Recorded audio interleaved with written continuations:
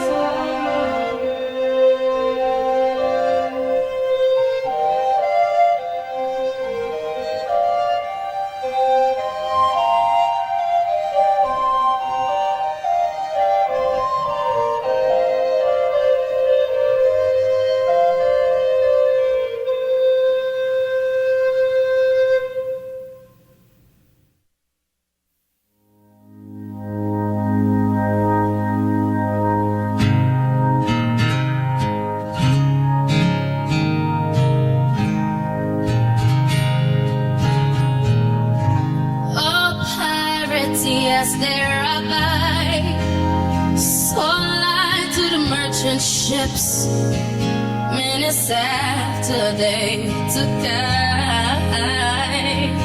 from the bottomless pit, but my hand was made strong by the hand of the Almighty. We forward in this generation triumphantly. So won't you help to sing these songs of freedom? That's all I ever had. Redemption songs, redemption songs. Emancipate yourself from mental slavery. Now we have ourselves can free our mind. Have no fear for atomic energy, 'cause none of them can stop at the time. How long shall they kill our prophets while we stand aside and look? Some say it's just part of it. We've got to fulfill the book. So won't you help me sing these songs of freedom? That's all I ever had. Hey, redemption songs. That's all I ever had. Redemption songs. These songs of freedom. Redemption songs. These songs of freedom.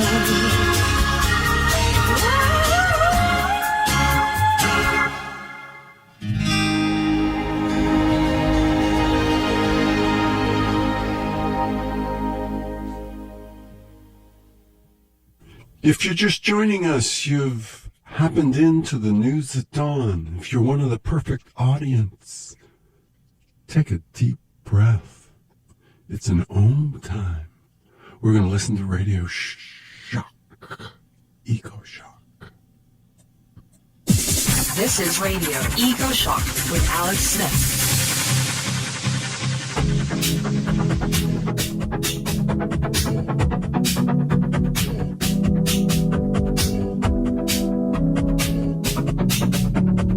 Let's look at the impossible. What would happen to New York City if a reactor or two at Indian Point suffered a catastrophic meltdown? It would have to be evacuated permanently. And what I realized is that it's not the terrorists that's the danger here. It's the actual old corroded machinery at Indian Point.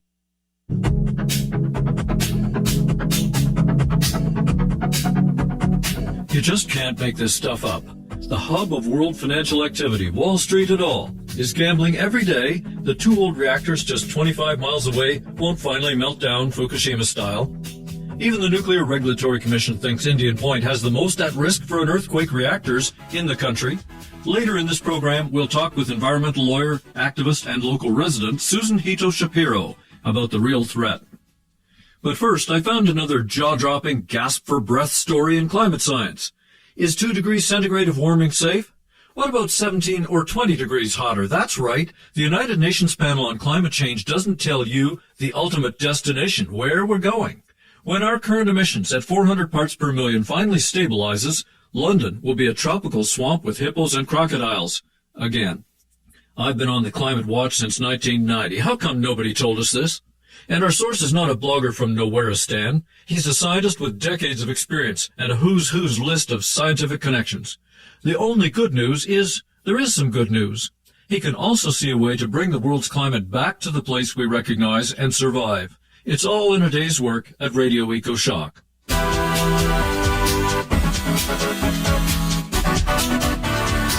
Are we heading towards a supertropical planet with today's coastlines deep underwater? We're going to talk about what the United Nations may not tell you and the best way to save what's left. Our guest is Dr. Thomas J. Goreau.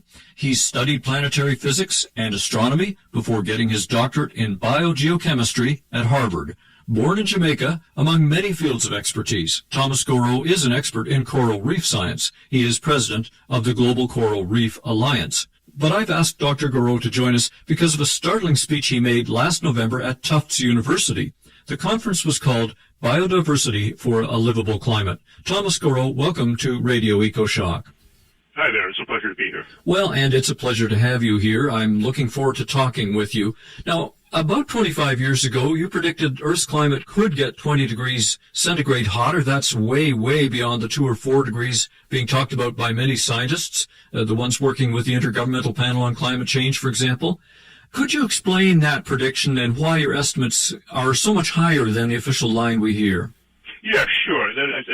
I'm delighted to, because it's an odd situation, because what we run into is people denying that any climate change is happening and saying that the Intergovernmental Panel on Climate Change projections for the future must be exaggerations. So the whole criticism that we get from them is that they are too large by people who basically don't want to have to deal with the implications of those changes.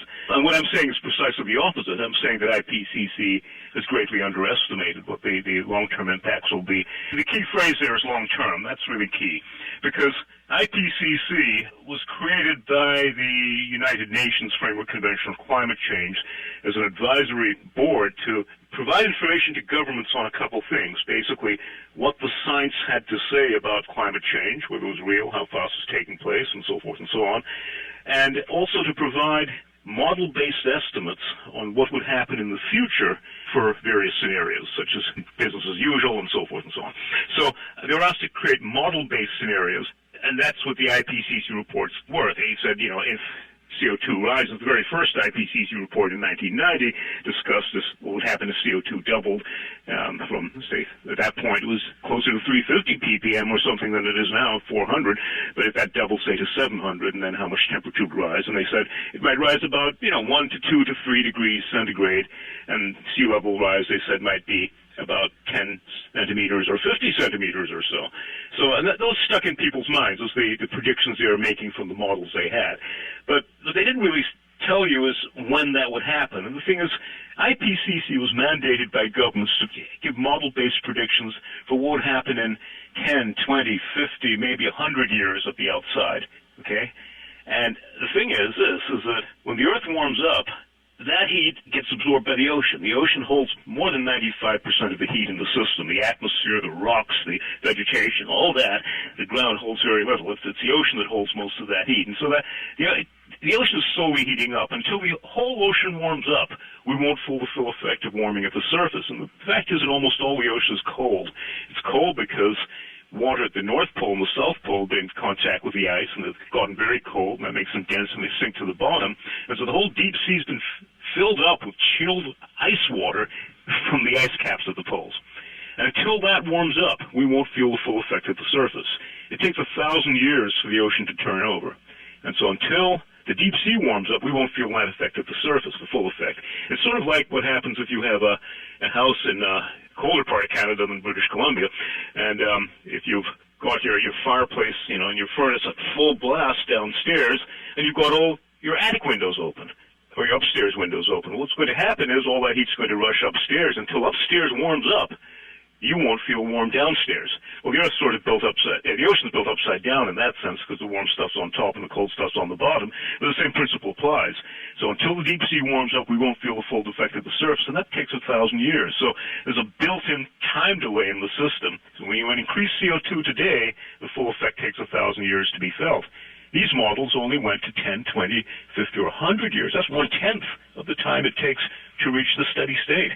So what I did is I did something completely different. I looked at what the actual long-term climate record had to say about long-term changes in temperature and sea level and CO2, which are recorded in Antarctic ice cores, they're recorded in old fossil corals, they're recorded in deep-sea cores that have been accurately dated. So we can look at those histories in detail and see how things really changed in the past.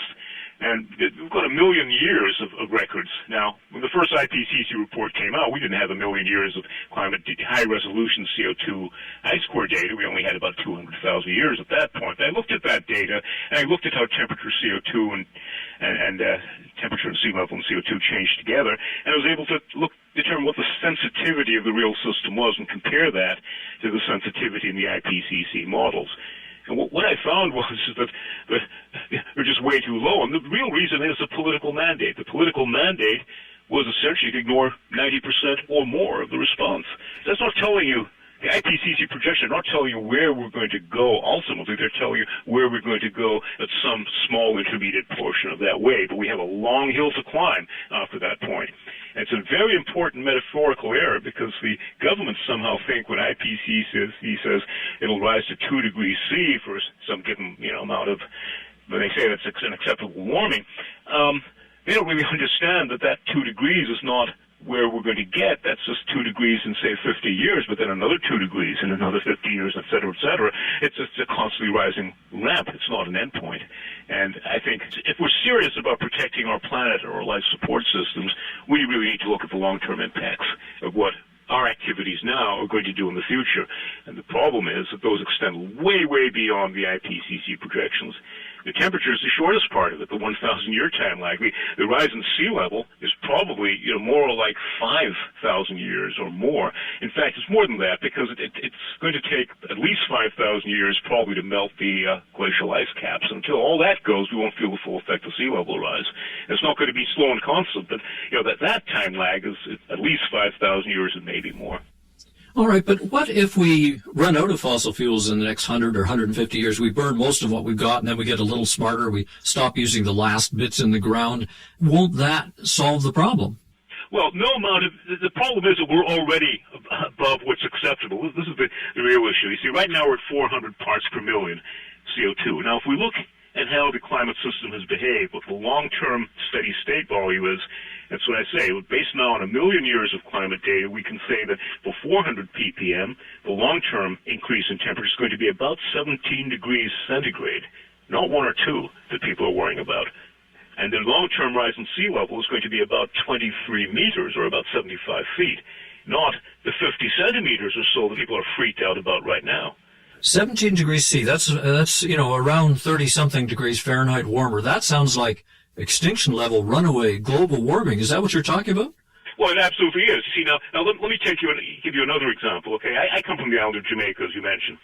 In Jamaica, we happen to have perfectly preserved, in the north coast of Jamaica, the ancient sea level, the caves that lie right at the ancient sea level from the last time in Earth history when it was 2 degrees C warmer than today, which is what the UNFCCC has said is an acceptable level of climate change. They say beyond 2 degrees C it gets dangerous, but 2 degrees is okay. Okay, that's the premise they're operating under. So now let's go back and look at how the Earth really was the last time it was 2 degrees C warmer than today. And that was about 125,000 years ago. It was the last interglacial period, the last warm period before the last set of ice ages. At that point, these fossil sea level caves in Jamaica are about 7 meters above today's sea level. Okay, in front of them lies the ancient fossil reef that formed before them at that time about 125,000 years ago. And that reef is a magnificent fossil reef. And boy, I used to climb all up and down it. And the lower part of that has all the corals in the position in which they grew. You can recognize every different species if you know your corals, which I do.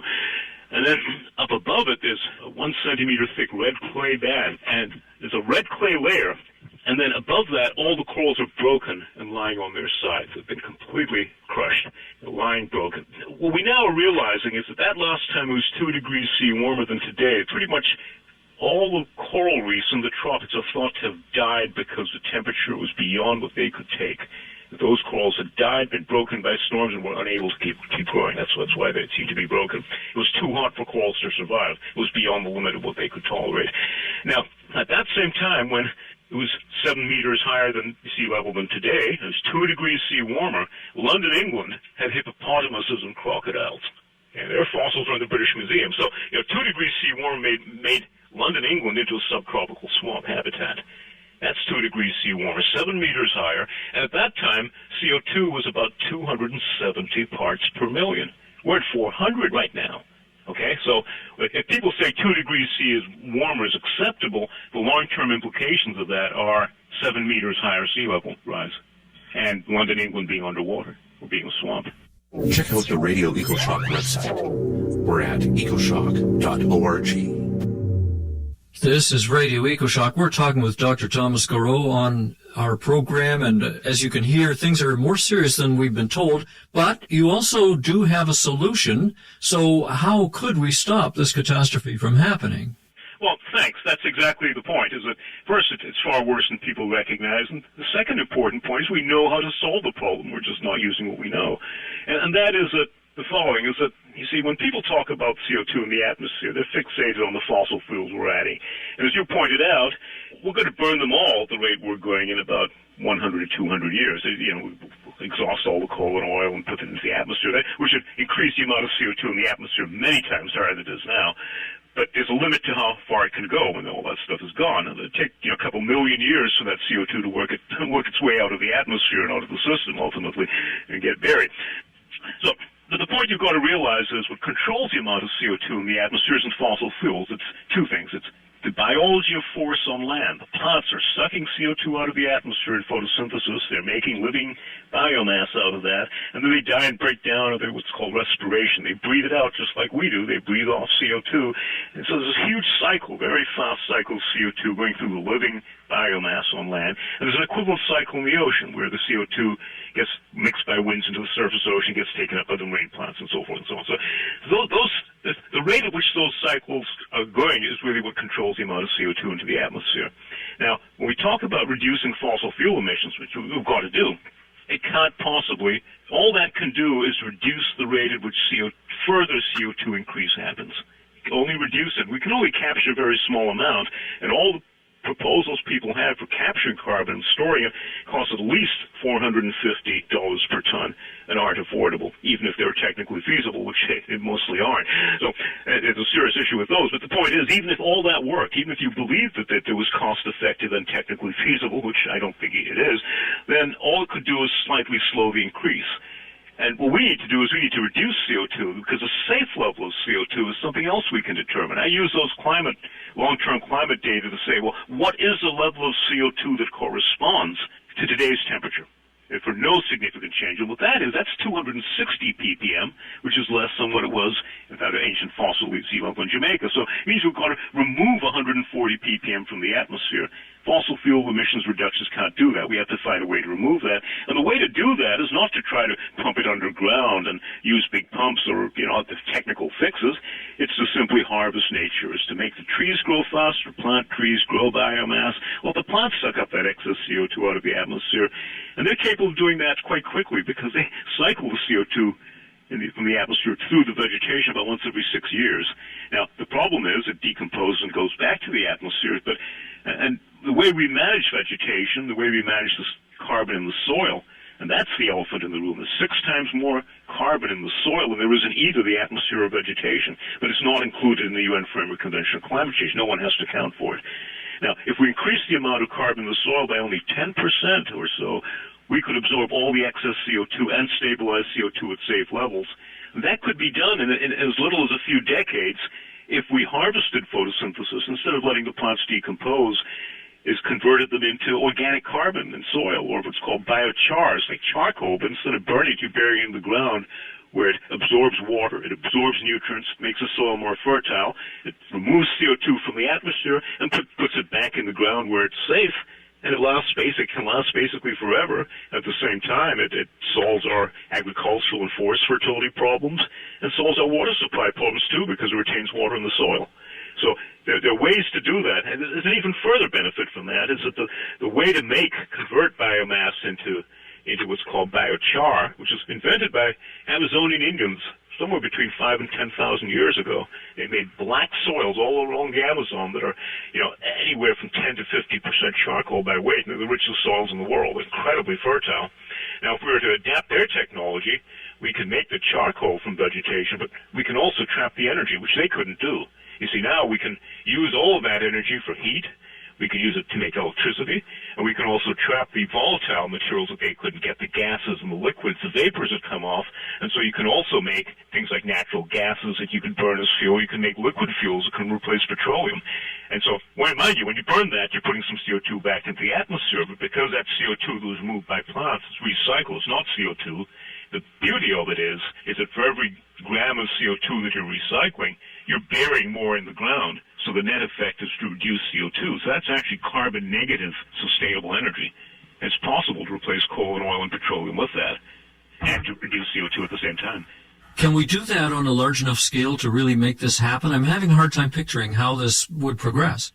Well, I think that's possible. I've just published a book on soil fertility restoration, carbon sequestration, and it's a 600-page book with 34 chapters. And we've got results of people all over the world, in every continent except Antarctica, that have developed methods for increasing recycling, increasing soil fertility. There are many different methods that can be used, about half a dozen very different methods. So the point is that the people who are trying to restore their own habitat, some cases their own backyard or their own farm or their own vegetable garden, the ones who are good at it have really enriched their soil and carbon. They've made what are barren lands very fertile.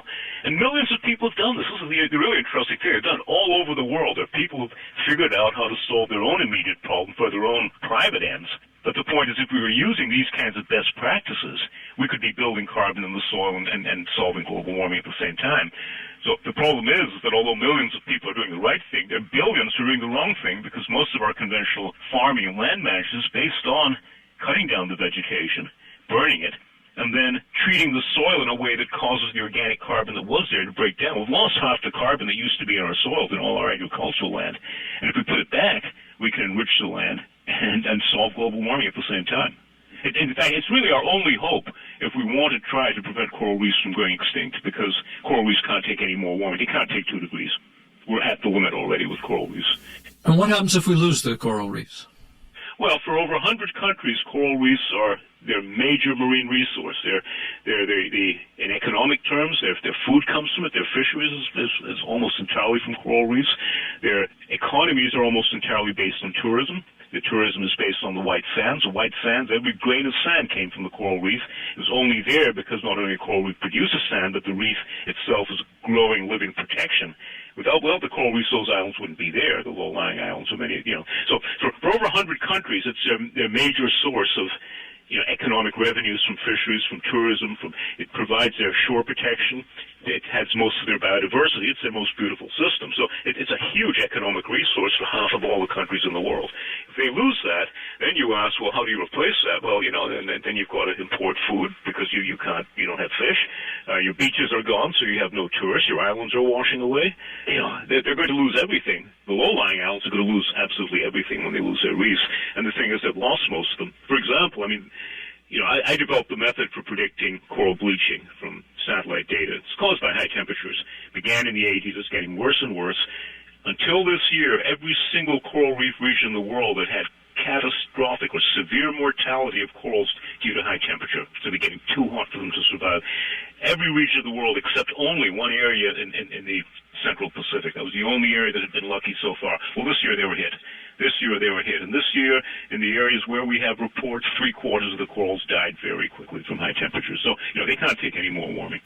Now, as we wrap up, what do you think the next climate summit in Paris needs to do to get real about solving climate change? Well, they're running away from both the magnitude of the problem and the solutions. And the real tragedy is that the one place we can solve the problem is in the soil. And soil is not included in the framework convention on climate change. Countries are not mandated to account for it. They're not mandated to increase their soil carbon. So what's needed is that countries modify the UNFCCC so it makes scientific sense. It has complete accounting of all greenhouse gas sources and things, and all the things that are important for affecting CO2. Which soil is just a crucial emission. It's just been ignored. So the result is you can't get carbon credits for putting carbon in the soil, even though it's the only thing that can solve the problem. So they have to, one, recognize soil as a carbon sink, require that it be monitored, and then fund projects through the UN development and agricultural and forestry agencies, help fund projects all over the world by all methods in every location, by people who are increasing their soil carbon.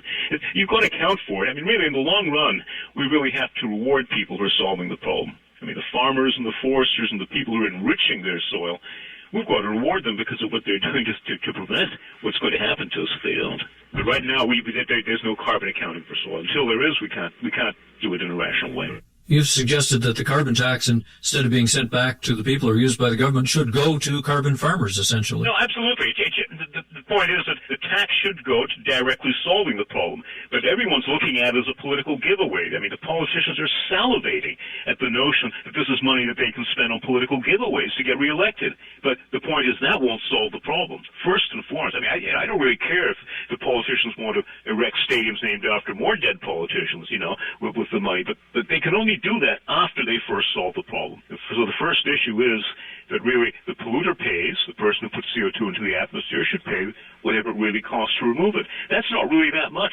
If you do it right, it really isn't that much. If it becomes a political giveaway, then it becomes expensive, it becomes inflationary, and it doesn't solve the problem. Well, we can't afford to let the politicians monkey around with this. It's just too important for that.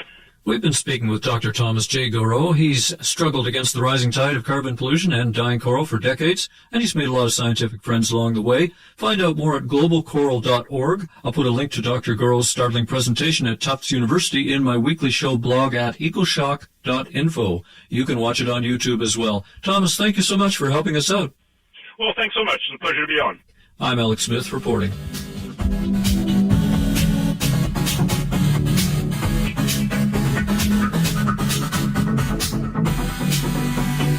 Let's go over a few main points from that interview, since you probably haven't heard that news before and may not hear it again for a while. I'm not a scientist. This is just what I found in Google searches, and you can do that for yourself. The actual climate record says the world will keep warming for thousands of years. At our current level of 400 parts per million carbon dioxide in the atmosphere, it may settle out between 17 degrees and 20 degrees C warmer, at least 30 degrees hotter in Fahrenheit. That's the global mean. The seas will be at least 27 feet higher, maybe 70 feet higher. And back in the last great warming period, the Eemian, most of the world's coral reefs died, sea levels were super high, and the CO2 levels in the atmosphere were only 280 parts per million, much lower than today. I found that hard to believe, so I went back into the charts myself. Has the Earth ever been that hot? So we won't count the very early days of the planet or the time when a collision split off the moon. NASA estimates temperatures in the atmosphere may have hit 3,600 degrees Fahrenheit. There was no life then. In days of living things, Earth was at least 5 to 8 degrees C or 13 degrees hotter in Fahrenheit than today, reaching 73 degrees mean temperature versus our 60 degree Fahrenheit global average today.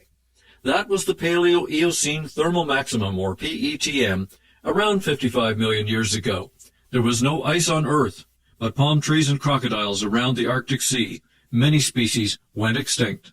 There are two striking points about the United Nations approach to climate change coming out of this interview with Thomas Goreau. First, the Intergovernmental Panel on Climate Change has been blinkered to look at just the next 100 years at most. We've all become conditioned to that, sure, without asking what happens in the next 100 years or 500 years. Yes, we'll all be dead by then, but think back. If people in medieval Europe developed this fossil-fueled civilization, right about now, we'd all be struggling to avoid extinction, living on mountaintops or in the Arctic. Most of our animal and plant friends, including our food, would have been long gone. That's what we apparently agreed to leave our descendants. The second big point about the UN climate framework is they don't count carbon soil at all. They don't measure it. Nobody rewards people who can put carbon back in the soil. They're sure big on closing some plant that never existed in China to avoid some emissions, but what about the soil? What about our farmers? Our whole effort is not agricultural, it's industrial. Of course, we're industrial folks. Let's cut back carbon emissions, close the coal mines and the tar sands. Well, that won't stabilize the Earth's climate at all. It just makes our future less worse and stalls the big change 100 or 200 years. That's worth it, but it's not enough. I know plenty of so-called realists who blast Bill McKibben's 350.org for being so whimsical, demanding we go backwards in carbon emissions time. It's obvious carbon emissions in the atmosphere are going up, up, up, except that does mean we're doomed, and our world with it. Thomas Goreau is part of a growing chorus of scientists and activists who expose the awful truth. Even 350 parts per million CO2 in the atmosphere is too high. We need to wind back the carbon clock way back to about 260 parts per million.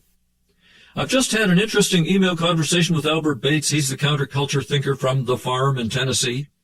Albert's really into dirt and getting carbon back into it. He's off teaching the ways of permaculture and carbon farming, this time in Belize. Some of his most ardent students, and maybe our best hope, come from South America, where the whole idea of biochar originated some 5,000 years ago. He tells me some big names are getting interested in soil carbon solutions. Expect to hear more about that. And if you don't, our great-grandkids may be cooked. I'm Alex Smith. We'll be right back with another way the world financial system can melt down just like Fukushima. You're listening to EcoShock Radio for the world. I'm Alex Smith. Get it all at our website, ecoshock.org. Welcome back to Radio EcoShock. A few weeks ago, I talked with clean investor Dan Miller. After our chat, Dan said something along the lines of, you know, Alex, if you really understood the total climate threat and the deadline, you might rethink your opposition to nuclear power. I get about a half dozen emails like that a week. Maybe if some Bill Gatesian creature could finally come out with an underground thorium reactor that was self-healing, couldn't possibly blow up, couldn't leak nuclear waste, maybe I could live with that if it ever comes. But I sure can't live with the mass insanity that passes for nuclear power right now. Listen to this.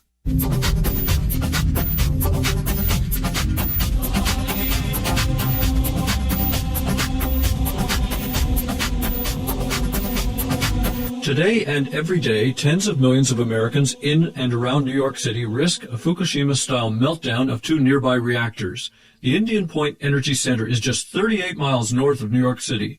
Those old reactors have leaks, fires, and shutdowns galore. The reactors are very close to a known earthquake fault. And for all this and much more, Indian Point could be America's most dangerous nuclear plant.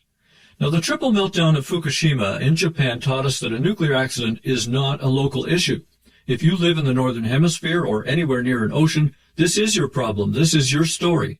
Radio EcoShock investigates with longtime nuclear activist and New York State environmental lawyer Susan Hito Shapiro. Susan, welcome to Radio EcoShock. Hi. A couple things. Can I just clarify a couple things that you stated that are actually make it worse than what you said? All right. We actually have 20 million people that are in the Indian Point reactor community. That means 20 million people live within 50 miles of Indian Point, and that includes New York City and one of the U.S. mints and the entire financial markets and everything. And also Indian Point is only 25 miles, not 38 miles from Times Square. Wow. And yeah, it's much closer, and it's located on three intersecting earthquake faults. So there's three intersecting earthquake fault lines that Indian Point is right on top of, basically, and the NRC, the Nuclear Regulatory Commission, has actually acknowledged that Indian Point is the number one plant in the nation at risk for damage from an earthquake. Well, I want to ask you more about that in just a second, but first of all, a couple of quick questions. Do you live near the Indian Point reactor complex?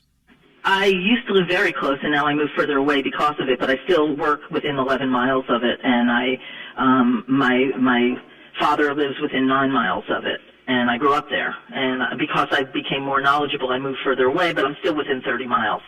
And could you describe the site a bit for us, for those who don't know? How many reactors are at Indian Point? Who owns them? Okay, there are two working reactors at Indian Point, but the original Indian Point 1 was shut down but not decommissioned. Because they still use parts of number one, which is one of the first reactors in the country to operate, and it's owned by Entergy, which is a Louisiana-based corporation, and they've basically spun off these small little corporations, so they're shell corporations that currently own Indian Point. Now, you raised this earthquake question, and the Nuclear Regulatory Commission, as you said, just turned down an attempt by the reactor operator to avoid doing proper quake risk studies. What just happened in December? Right. The NRC, after Fukushima, did a lessons learned evaluation, and they said, they looked at Indian Point as the number one plant in the nation at risk for earthquake fault damage because it wasn't designed for earthquakes.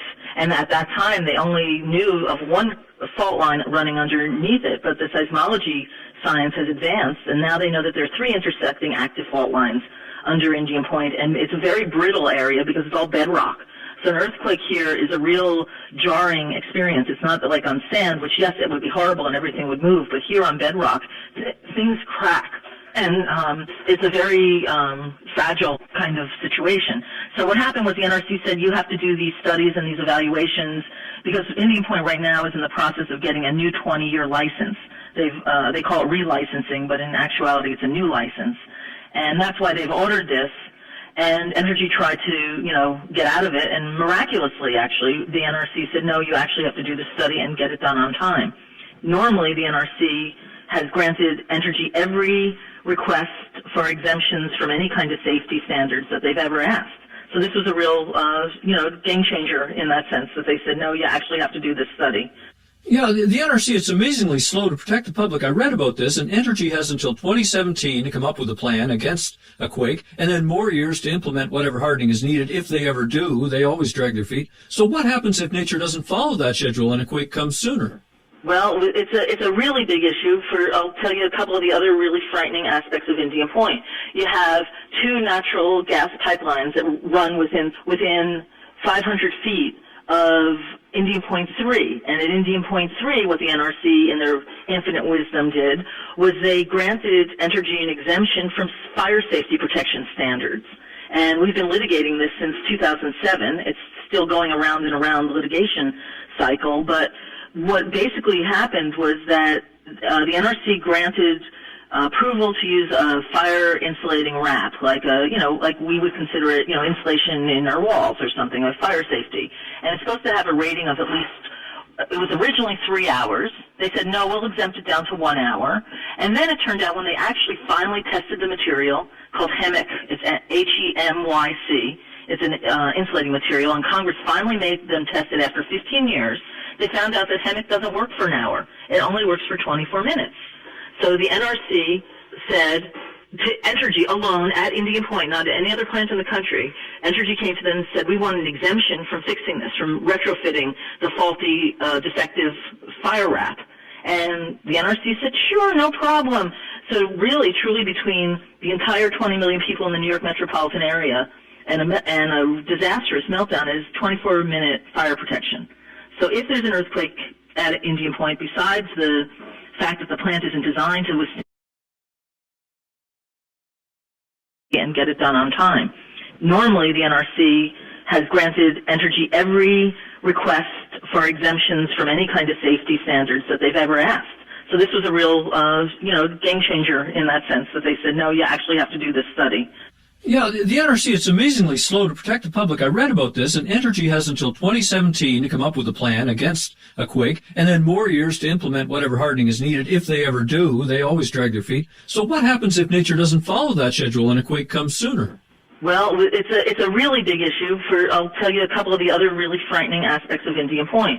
You have two natural gas pipelines that run within 500 feet of Indian Point 3. And at Indian Point 3, what the NRC, in their infinite wisdom, did was they granted Entergy an exemption from fire safety protection standards. And we've been litigating this since 2007. It's still going around and around the litigation cycle. But what basically happened was that the NRC granted approval to use a fire insulating wrap, like we would consider it, insulation in our walls or something, like fire safety. And it's supposed to have a rating of at least, it was originally 3 hours. They said, no, we'll exempt it down to 1 hour. And then it turned out when they actually finally tested the material, called HEMYC, it's HEMYC, it's an insulating material, and Congress finally made them test it after 15 years, they found out that HEMYC doesn't work for an hour. It only works for 24 minutes. So the NRC said to Entergy alone at Indian Point, not at any other plant in the country, Entergy came to them and said, we want an exemption from fixing this, from retrofitting the faulty, defective fire wrap. And the NRC said, sure, no problem. So really, truly, between the entire 20 million people in the New York metropolitan area and a disastrous meltdown is 24-minute fire protection. So if there's an earthquake at Indian Point, besides the fact that the plant isn't designed to withstand anything above a 5.2 earthquake, or 5.4 I think it is, we have this really serious risk of a fire, and a fire that would affect the spent fuel pools and the reactor because we don't have proper insulation, fire protection. Right, and that is the other huge risk revealed by the Fukushima meltdown in Japan. It's the stupendous amount of highly radioactive spent fuel stored on the site. What is the situation at Indian Point? Well, right now, every drop of radioactive waste that has ever been produced at Indian Point is at Indian Point. And we're talking about 2,800 tons of high-level radioactive waste that's growing every single day. And it turns out that they're in these very densely packed spent fuel pools that are at least 4 times denser than they were designed to be. And it's acknowledged that spent fuel pool 2 at Indian Point, number 2, has a crack in it. They know there's a crack in it, but they don't know where the crack is, and they've only inspected 40% of the pool because they say it's too hard to inspect because it's in bedrock. We know there's a crack there, and they know it's leaking into the Hudson River, strontium, cesium, and tritium. But the NRC has said, don't worry about it, it's okay, it's just leaking into the Hudson River. And so right now the spent fuel pools are so densely packed at Indian Point, and they started moving some of it into dry casks, but that's hardly enough to alleviate the densely packed spent fuel pools. And so on 9/11, one of the hijacked jets flew pretty near that Indian Point site as it was heading to the World Trade Center, and the operators at Indian Point repeatedly claim their reactors can withstand a direct hit by aircraft. I doubt that, but Susan, are the... You're listening to WZBC Newton, 90.3 FM. Any views you may hear on this program are not necessarily those of this station, its management, or Boston College and its Board of Trustees. Let's return to Radio EcoShock. Spent fuel pools protected against such a terrorist attack? Absolutely not. They are in buildings that are basically, they have a steel roof like a Walmart. They're totally not hardened sites. They're totally not protected. And the terrorists actually flew directly over Indian Point because where they're located on the Hudson River is one of the most navigable rivers in the world. It's a very, very straight tidal river. So at that point, it becomes very straight line. So for an amateur pilot, it wasn't hard for them to go straight down the Hudson. And what we have since learned since 9/11 is that the terrorists had originally considered hitting Indian Point, but decided not to, instead hit the World Trade Center. But we don't really have to wait for a terrorist attack. Tell us about the fires, the accidents, the leaks, and the shutdowns at Indian Point. Okay, so, when I first got involved in this, it was right after 9/11. I had a little girl in preschool 3 miles from Indian Point, and that's why I got involved at first. And at first, we were all concerned about the terrorism. And what I realized is that it's not the terrorists that's the danger here. It's the actual old, corroded machinery at Indian Point that's the danger. The fact that it's the corroded, aged concrete and rebar steel with multiple miles of underground piping that has not been inspected, and really, really poor operations controls. And also security controls are very degraded at Indian Point. And, the reality is Indian Point, when it was first sited, the population in this area was 10 times less than it is today. And we don't have any evacuation routes out of our region. It's surrounded by a mountain range called the Rampo Mountains. They're not very high, but they are like what the Rockies, many, many millennium ago, they were like the Rockies. And so it's a range, and there's only a few passes and a few routes out. And so we're talking about, 20 million people trying to escape this area. And it's just not a reality. And it looks to me like the NRC is only requiring an evacuation plan for a 10-mile radius around Indian Point, and that's pretty strange considering the American government advised its citizens to pull back 50 miles from Fukushima during that accident. So what are they doing here with these emergency plans? Well, we all know the emergency plans don't work, and in fact, New York State Governor Pataki spent almost $1 million, brought in an expert from FEMA, James Lee Witt, to evaluate whether the evacuation plans work. And he did a very extensive, thorough report and came back saying they don't work and they're not fixable. We do not have the road infrastructure. We do not have the transportation systems that could adequately get the people out of the area. And we also have, for example, when Sandy, the Superstorm Sandy hit, what happened was we had a storm surge at Indian Point on the Hudson River, but they kept operating the plant. Now, everyone's power was down. There were trees down. People couldn't drive for 2 weeks, but they kept operating the plant until there was a hot shutdown, which is the most dangerous way to shut down the plant, the highest risk of doing it. But the NRC's issue is let's keep the companies profitable at the risk of all these people's lives. They don't really take that into account, is what, having spent many years now looking into this, that their issue is all profit, bottom line, dollars and cents to the corporation, and they don't look at the actual cost of what life would be if such a disaster would happen. If you have a story idea or thoughts on something you've heard, contact us, radio@ecoshock.org. That's radio@ecoshock.org. You're tuned to Radio EcoShock. I'm Alex Smith. Our guest is environmental lawyer Susan Hito Shapiro. She lives not far from the Indian Point nuclear reactor site, as we've heard. Well, now, Susan, I think the nuclear industry would claim that up to 30% of electricity for New York City is provided by the Indian Point reactors. Does New York City need to go dark if we finally shut down this plant? That number, 30%, is totally inaccurate and false. They advertise, 25, 30% that they supply to New York City. That's not true. It's a 2,000 megawatt reactor, and they only supply to date 350 megawatts to Con Ed, which is the New York City electricity supplier. The rest are selling at the highest bidder on the open market.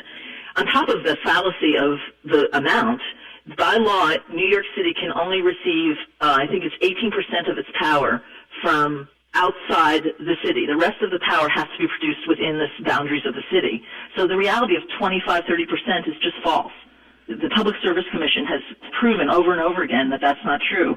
And the reality is, in the grid in New York State, we have plenty of capacity. Indian Point has been dark for extended periods of time, and there's never been a power problem in New York at all. There's a transmission problem, but there's not a power problem. There's some odd supporters of this project to keep it going, and I found it strange that Reverend Al Sharpton turned up to support Indian Point. He said the alternative of natural gas plants would pollute the air worse for African Americans. Myself, I think African Americans might be the last people to be evacuated if Indian Point melts down, as they were in New Orleans after Katrina. What do you make of some of the opponents, or let's say the proponents of this project, the people who are supporting keeping it going? Well, it's an interesting situation. What has happened is that Entergy has spent a lot of money in the African American community buying support. They've set up these fake front not-for-profit organizations. One's called New York Area. You can look at it. They acknowledge that they've set it up. And what they do is they actually bus in people who know nothing about the issue, who've been paid $10 and given a dinner or a lunch, and they carry signs and they say, we don't want it because we're going to get asthma, because you're going to want to put more coal-fired plants in my community. Well, that's totally false. I mean, we've done multiple studies, and it turns out in New York City alone, if you just put solar on all the buildings that are municipally owned buildings, you would have enough energy to power New York City. The anti-nuclear movement is not pro-fracking and pro-natural gas nor pro-coal. We believe all dirty energy is not the solution. We have the technology and the knowledge today to move forward with a clean energy future.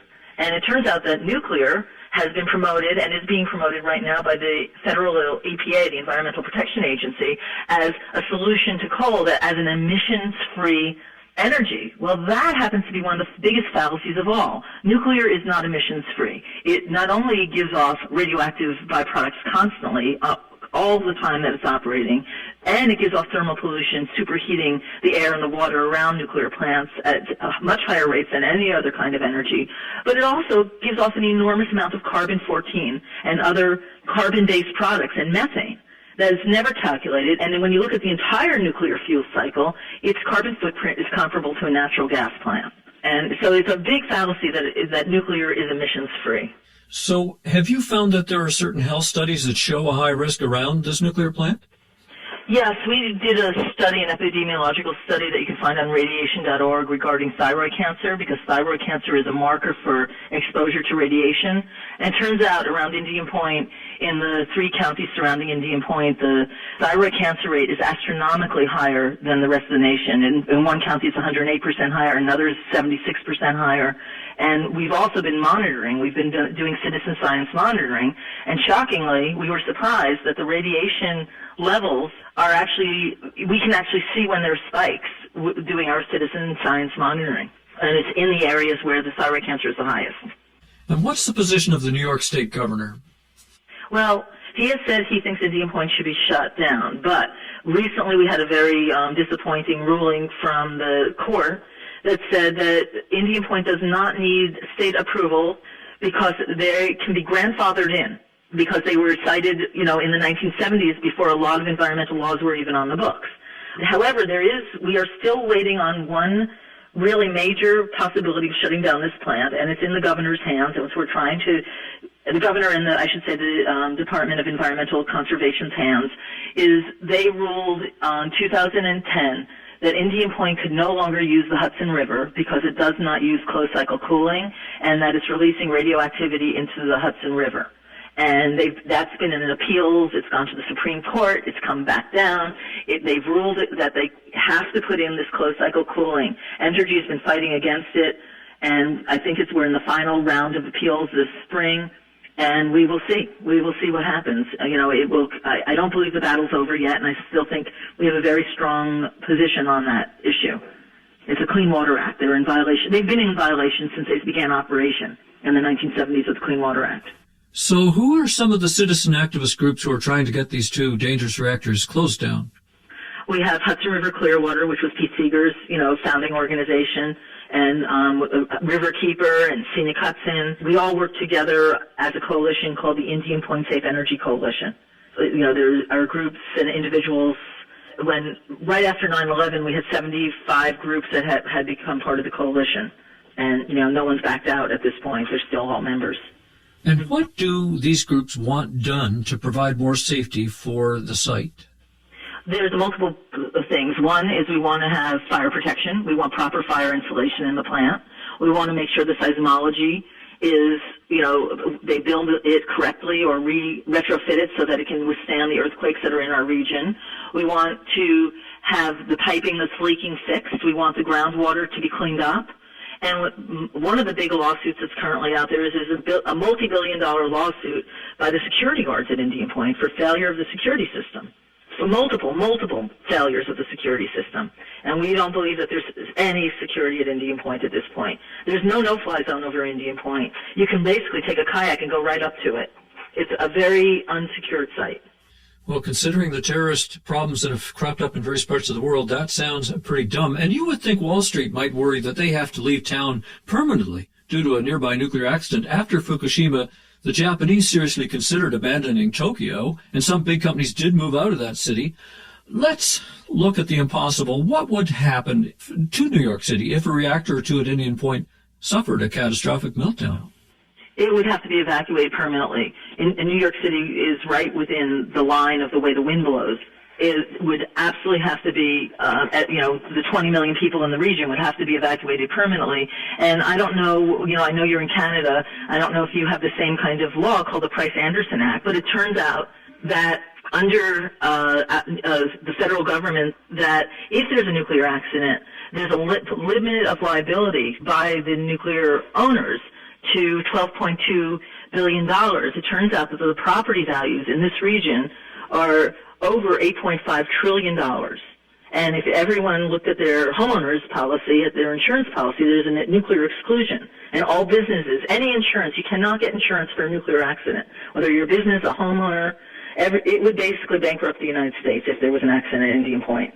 It has the highest density of any nuclear plant in the world around it. Well, you'd say that could never happen, but then it happened at Fukushima, and they said it could never happen there either. Yeah, it's one of those things, they're betting. It's a gamble. Indian Point is one of the biggest gambles that, the United States has continued to take and is continuing to take. And that's why we've been fighting to get it closed down. Because we really see it as a gamble. And at the end of the day, even when it's closed, you're still going to have the waste there because there is no place to put nuclear waste. And there is absolutely no solution for what to do with nuclear waste anywhere in the world at this point. And the idea of burial is there is no site on the planet that is safe to bury it without some sort of contamination to groundwater. And the amount of waste heat that's produced from nuclear waste continues on and on for millennia, as well as the radiation. Once you start it, it's never really over, but at least it could be a lot safer than it is. If those reactors weren't working, they could start the process of decommissioning. Even if it takes a couple of generations, they could make it better. I agree with that. One of the other sides of the problem is that there's no funding. The decommissioning funds are not adequate to actually do proper decommissioning. And the other thing you asked what we want the nuclear fuel out of the spent fuel pools and put into dry casts, hardened storage. Right now, the way they're even putting the dry casts at Indian Point is not hardened. They're on flat, concrete pads, not bolted down, and not in the quality dry cast storage. They're in Holtec casts, which are one of the lowest and worst rated, and around the world they don't use them. In other countries, in Germany and in France, they don't even use them because they're so poorly designed. So can you give us some websites or social media places so that our listeners can follow up on this? Sure. You can go to ipsecinfo.org. You can go to radiation.org, which is Radiation and Public Health project that has a lot of epidemiological and health studies on that site. Riverkeeper.org, Clearwater.org, and each one of those has a link to their Indian Point campaign. We've been talking with environmental lawyer and longtime nuclear critic and activist Susan Hito Shapiro. You can find links to those local action groups and news about this awful reactor in my Radio EcoShock blog, published every Wednesday at ecoshock.info. Susan, I want to thank you not just for talking with us, but also I found out you've been spending years and years trying to defend the public against this nuclear threat. Yeah, it's an uphill battle, but there's a group of us that are very dedicated to trying to at least open the public's eyes. That's the biggest problem we have in New York City. The majority of people don't even know that they're 25 miles from this, very dangerous reactor system. Well, maybe a few of them will hear this program. We can hope for that. I'm Alex Smith reporting for Radio EcoShock.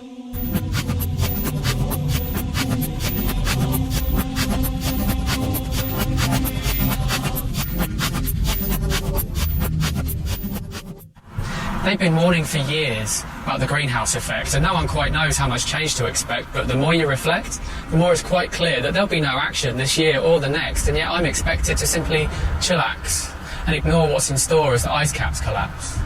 Yet we know what's in store. Melting ice reveals more of that cold ocean floor, so they're drilling for more of that precious black gold, and who cares if the world is a little less cold, because it isn't black gold, it's black blood. And it flows through the arteries and veins of our arctics and trains, and it's all that sustains all you see. But not much remains, so... That is British rap poet Dave Allen performing his piece Serotonin Fix. Find it on YouTube and a link in my blog. Well, the U.S. government science agencies made it official. 2014 was indeed the hottest year ever recorded for global temperatures. Sorry if it doesn't feel that way about now where you live, but it's been a steaming year around the world. The biggest worry for me is the record ocean temperatures. That's where the action is, more than on land. And as we heard from Thomas Garreau, the ocean will determine our future fate. Of course, right-wing blogger Matt Drudge has to find a way to counter this global warming stuff. He shows a hot-looking planet, all right, but his top link is to a climate denier site, where the same tiny cadre of twisted scientists, it's about a half dozen really, they say it's not much hotter, and anyway, if the last 3 hottest years are all in the past 10 years, that shows global warming has stalled. You've got to love logic like that. If they fell out of an airplane, they'd still argue they were falling up. You may have heard more bad news about ocean extinction. I'll be talking with the lead author of that study, Douglas Macaulay. And Paul Beckwith is coming back. Maybe we'll argue about Arctic methane. And I've got more mind-boggling climate science for you as Radio EcoShock paces back and forth inside the carbon cage. Until then, keep calm and carry on. Get this program and all our past shows as free MP3 downloads from our website at ecoshock.org or visit the Radio EcoShock SoundCloud page to listen in. I'll have links to lots of things we talked about this week in my weekly show blog, published every Wednesday at ecoshock.info. I'm Alex Smith. Here's my buddy Dana Pearson, known as Vast Mandana on SoundClick, with his new creation, The Engines of Life.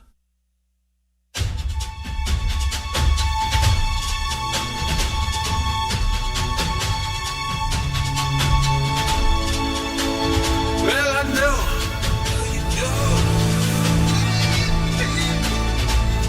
it's gonna be hard for you to understand.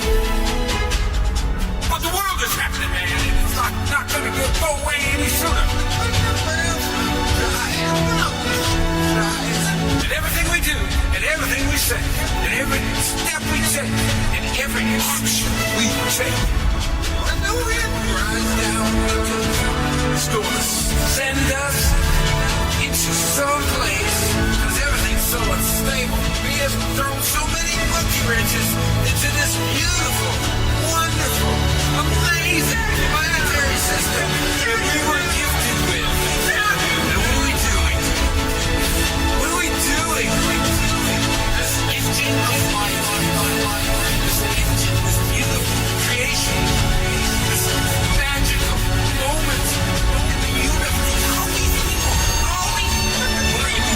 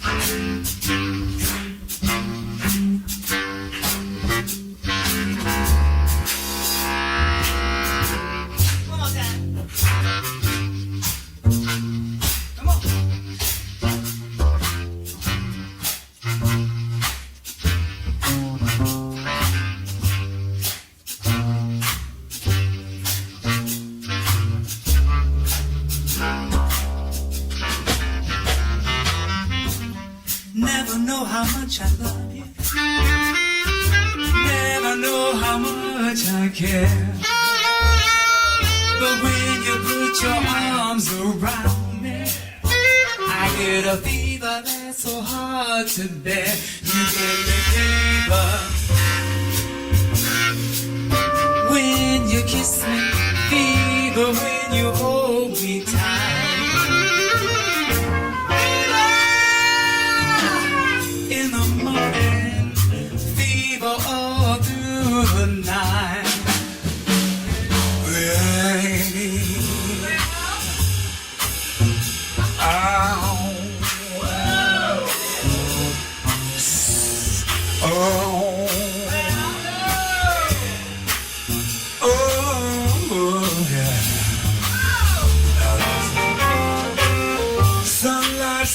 up the morning, moon lights up the night. I light up when you call my name, but I know you're gonna treat me right. You give me a feeling when you hold me, baby, when you kiss me tight.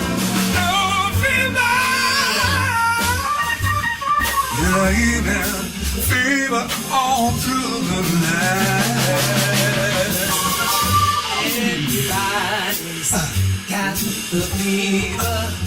That is something we all know.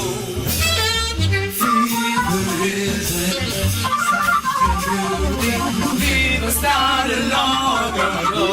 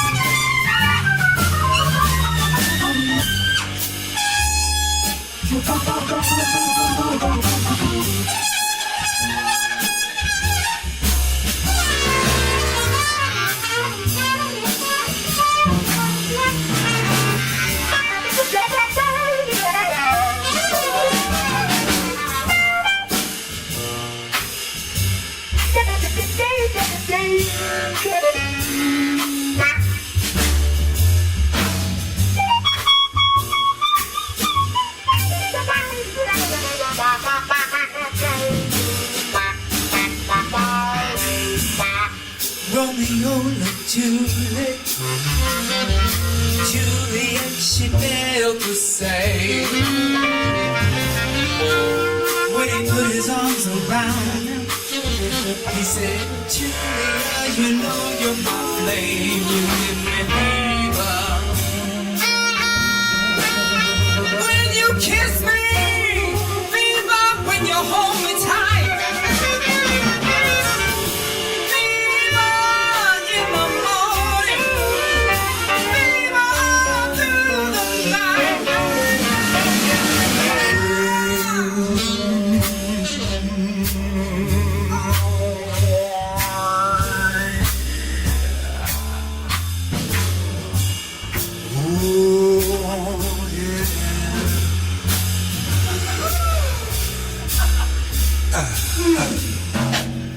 Captain Smith and Pocahontas had a very mad affair. When her daddy tried to kill him, she said, Daddy, don't you dare get my fever. When they kiss me, fever when they hold me tight.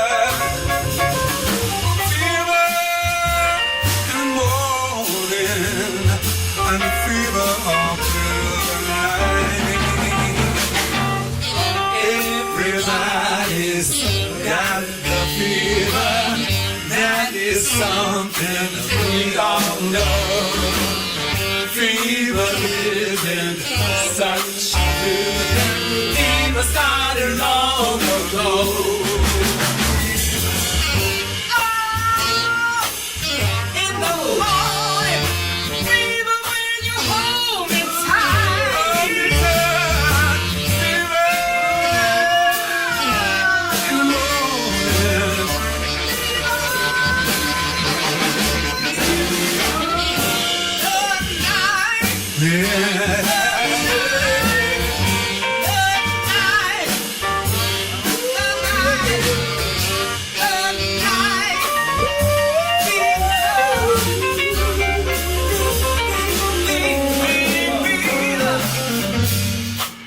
Listen to my story. Here's the point I'm trying to say. Fever give you fever. Be it Fahrenheit or centigrade, they give us fever. When you kiss them, fever when you live in love. Fever till you sing a song. What a wibbly way to burn. What a lovely way to burn. What a lovely way to burn. What a lovely way to burn. What a lovely way to burn. What a lovely way.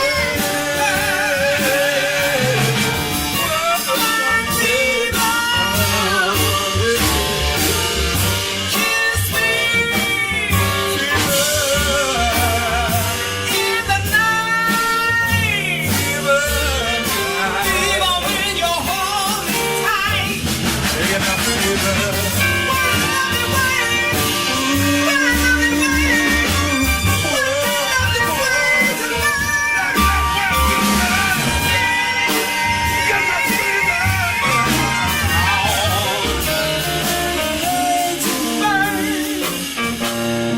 What a lovely way to burn.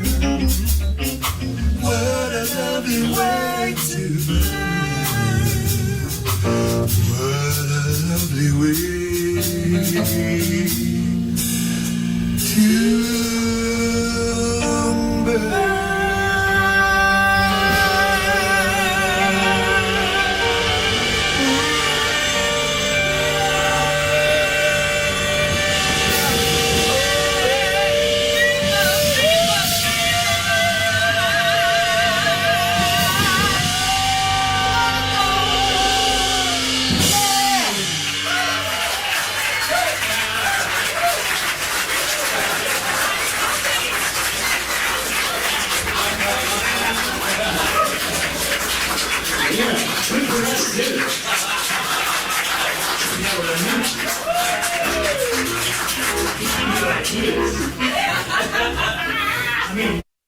There's a river of birds in migration,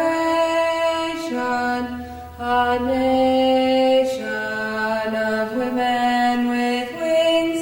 There's a river of birds in migration,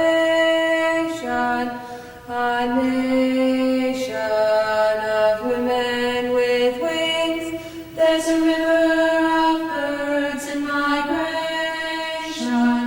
a nation of women with wings. There's a river of birds in migration, a nation of women with wings. There's a river of birds in migration, a nation of women with wings. There's a river of birds in migration, a nation of women with wings. There's a river of birds in migration, a nation of women with wings. There's a river of birds in migration, a nation of women with wings. There's a river of birds in migration, a nation of women with wings. There's a river of birds in migration, a nation of women with wings. There's a river of birds in migration, a nation of women with wings. There's a river of birds in migration, a nation of women with wings.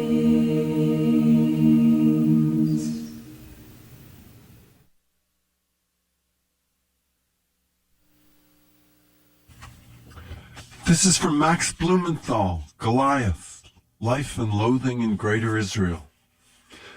Chapter 46, The Israeli Experience. Every year, thousands gather at the Western Wall Plaza in Jerusalem's Old City to celebrate Yom Yerushalayim, or Jerusalem Day, the commemoration of the Israeli army's conquest of East Jerusalem in the 1967 Six Days War. It was also here on June 10, 1967, that Israeli forces ethnically cleansed the old city's Moroccan Quarter, a neighborhood of 650 people whose homes abutted the Western Wall, and whose presence there dated back to the 11th century. Once the soldiers entered the Moroccan Quarter, residents were informed they had 2 hours to gather their belongings and leave. Those who refused were violently evicted, while the new class of refugees marched off to what would become Shuafat refugee camp on the outskirts of Jerusalem. Israeli bulldozers rumbled in, destroying every home in their path. Just days after the last indigenous Arabs were expelled from the former Moroccan Quarter, the first among the anticipated wave of Jewish visitors flocked to the Western Wall, literally walking over the rubble of Arab homes to arrive at the site. The Israeli government placed a private company in charge of renovating the new Jewish quarter. One of the company's first acts was the introduction of a rule banning non-Jews from living inside the neighborhood. The Israeli Supreme Court later ruled the stipulation was, quote, a good law, rejecting the appeal of a former resident of the Moroccan Quarter to return to his home, which had been seized by the state.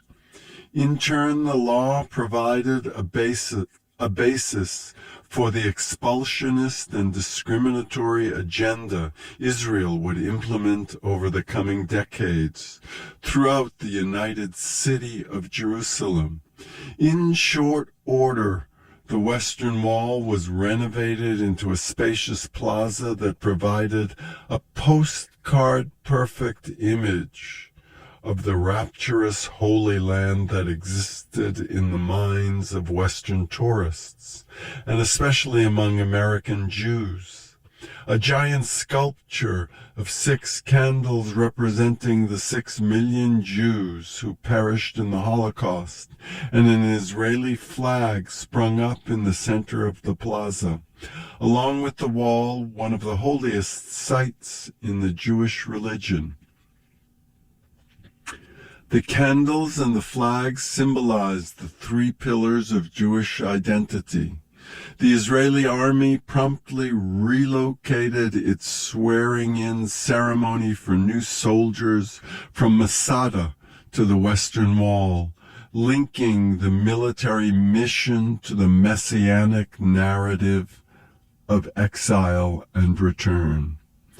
The 2011 Jerusalem Day celebrations on June 4th, organized by the Jerusalem municipality and endorsed by Prime Minister Benjamin Netanyahu and a host of top cabinet ministers, brought thousands of Israeli youth out of their settlement homes and the fundamentalist yeshivas around the country into East Jerusalem's Palestinian neighborhoods, where they harassed and taunted local residents. Quote, Jerusalem is the capital of the Jewish people and the capital of the state of Israel, unquote. Yitzchak Zev Pindrus, the senior deputy mayor of Jerusalem, told a flag-waving crowd of Jewish youth in the Palestinian neighborhood of Sheikh Jarrah, where forced evictions had already replaced several Arab families with Jewish settlers.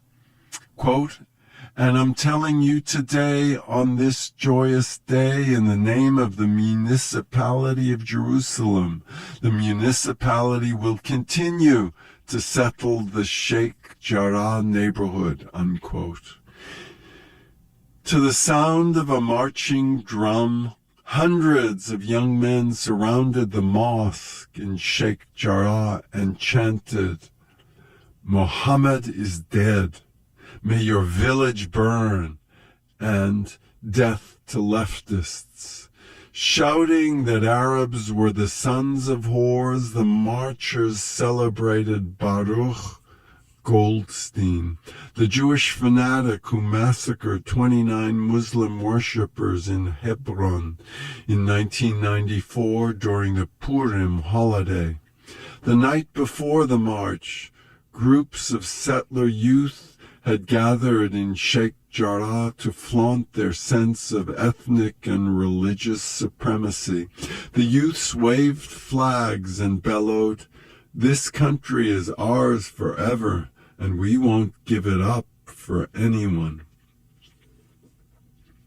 Sleeping in a tent next to the house he had lived in since 1956 was Nabil al-Kurd, a white-haired Palestinian man expelled from his property in, quote, Israel proper, unquote, in 1948. Al-Kurd joined thousands of other Palestinian refugees in Sheikh Jarrah, the East Jerusalem neighborhood established by the United Nations and the International Red Cross to house them. In the dead of night, on November 3rd, 2009, Al-Kurd and his family were thrown out of their home by a squad of riot policemen on the orders of the Jerusalem municipality, which had decided that the pre-1948 deeds to the homes presented by a group of settlers were valid. A month later, the settlers moved in, spray painting Stars of David around the front door to mark the property as officially Judaized. A banner above the doorway declared, "We are all settlers. We are Israelis." This march is not like in the last 40 years, Al-Kurd told the journalist Leah Tarachansky. Because the government is weak, they make the march like this to tell the Palestinians in Jerusalem, "We are many people here and we can kill you if you do anything." As Yom Yerushalayim's 2011 festivities approached their culmination, thousands of Jewish American youth poured into the Muslim quarter of Jerusalem's Old City under the protection of the Israeli border police. After merging with the Israeli youth, they marched through the narrow corridors, booming the Hebrew slogans, "Muhammad is dead," and "Slaughter the Arabs." The chants reverberated across the stone walls and steeped through shuttered windows of Palestinian homes, signaling to local Arabs that their replacement by Jewish settlers was imminent. During the celebration that took place the next year, a group of marchers attacked journalists attempting to film the march, bludgeoning a young woman with a wooden handle of an Israeli flag. The parade is out of control. This is the Israeli experience, a college-age Jewish American man from Miami, Florida, told Leah Tarachansky, who covered the march for the Real News Network. Surrounded by a group of friends from the United States, the pumped-up American continued, "We're celebrating that in 1967 we took our city back. We took it for its rightful owners. Regardless of who we took it from, it's ours now, where it belongs, and there's still a lot left to go."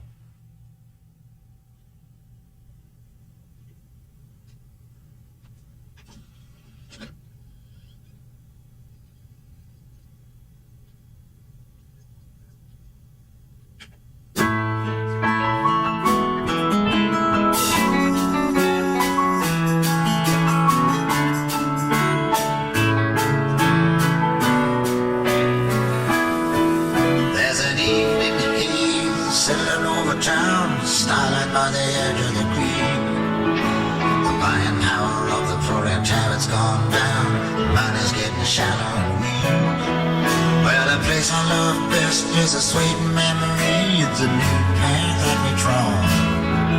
They say low wages are reality if we want to compete abroad. My poor weapons have been put on the shelf. Come sit down on my knee. You are nearer to me than myself, as you yourself can see. While I'm listening to the steel rails hum, got both eyes tight shut, just sitting here trying to keep the hunger from creeping its way into my blood. Meet me at the bottom, don't lag behind. Bring me my boots and shoes. You can hang back or fight your best on the front line. Sing a little bit of these working band.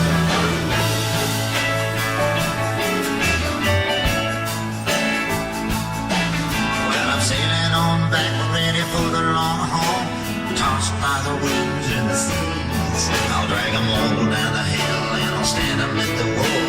I'll sell them to their enemies. I'm trying to feed my soul with thought, gonna sleep off the rest of the day. Sometimes no one wants what you've got, sometimes you can't give it away. Now the place is ringed with countless fools, some of them they never done. No man, no woman knows the hour that summer will come. In the dark I hear the night birds call, I can feel a lover's breath. I sleep in the kitchen with my feet in the hall. Sleep is like a temporary death. Meet me at the bottom, don't lag behind. Bring me my boots and shoes. You can hang back or find your best on the front line. Sing a little bit of these working band.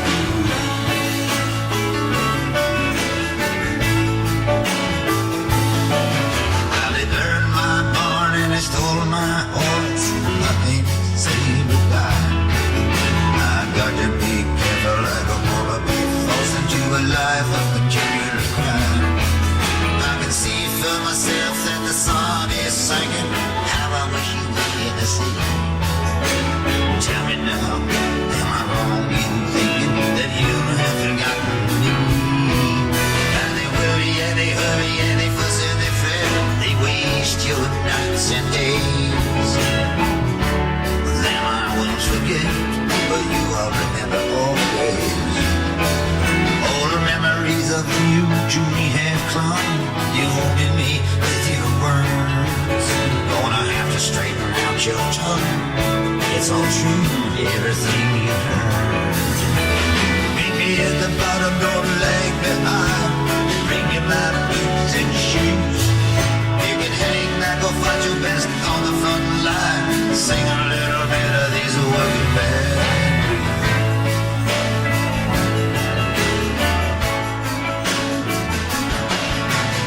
My friend, I find no blame.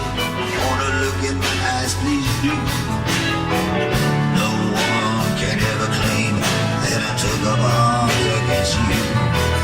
All across the peaceful sacred fields, they will lay you low. They'll break your horns and slash you with steel. I say it so it must be so. Now I'm down on my luck and I'm black and blue. Gonna give you another chance. I'm all alone, I'm expecting you to lead me off in a children's dance. I got a brand new suit and a brand new wife. I can live on a nice and meals. Some people never walk a day in their life, don't know what work even means. Well, meet me at the bottom, don't lag behind. Bring me my boots and shoes. You can hang back or find your best on the front line. Sing a little bit of these working band blues.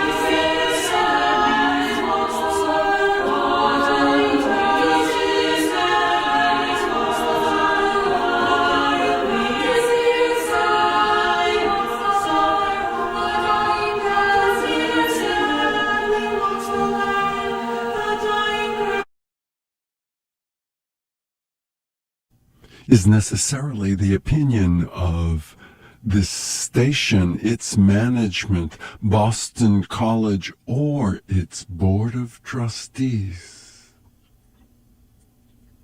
Autumn time, red leaves fall, while the weeping sky looks over all. To meet her sadly walks the land, the dying grasses in her hand. Autumn time, red leaves fall, while the weeping sky looks over all. To meet her sadly walks the land, the dying grasses sadly walks the land. The dying grasses, red leaves fall, while the weeping sky looks over all. To meet her sadly walks the land, the dying grasses sadly walks the land. The dying grasses sadly walks the land, the dying grasses sadly walks over all. To meet her sadly walks the land, the dying grasses sadly walks the land. The dying grasses sadly walks the land, the dying grasses sadly walks the in her hand.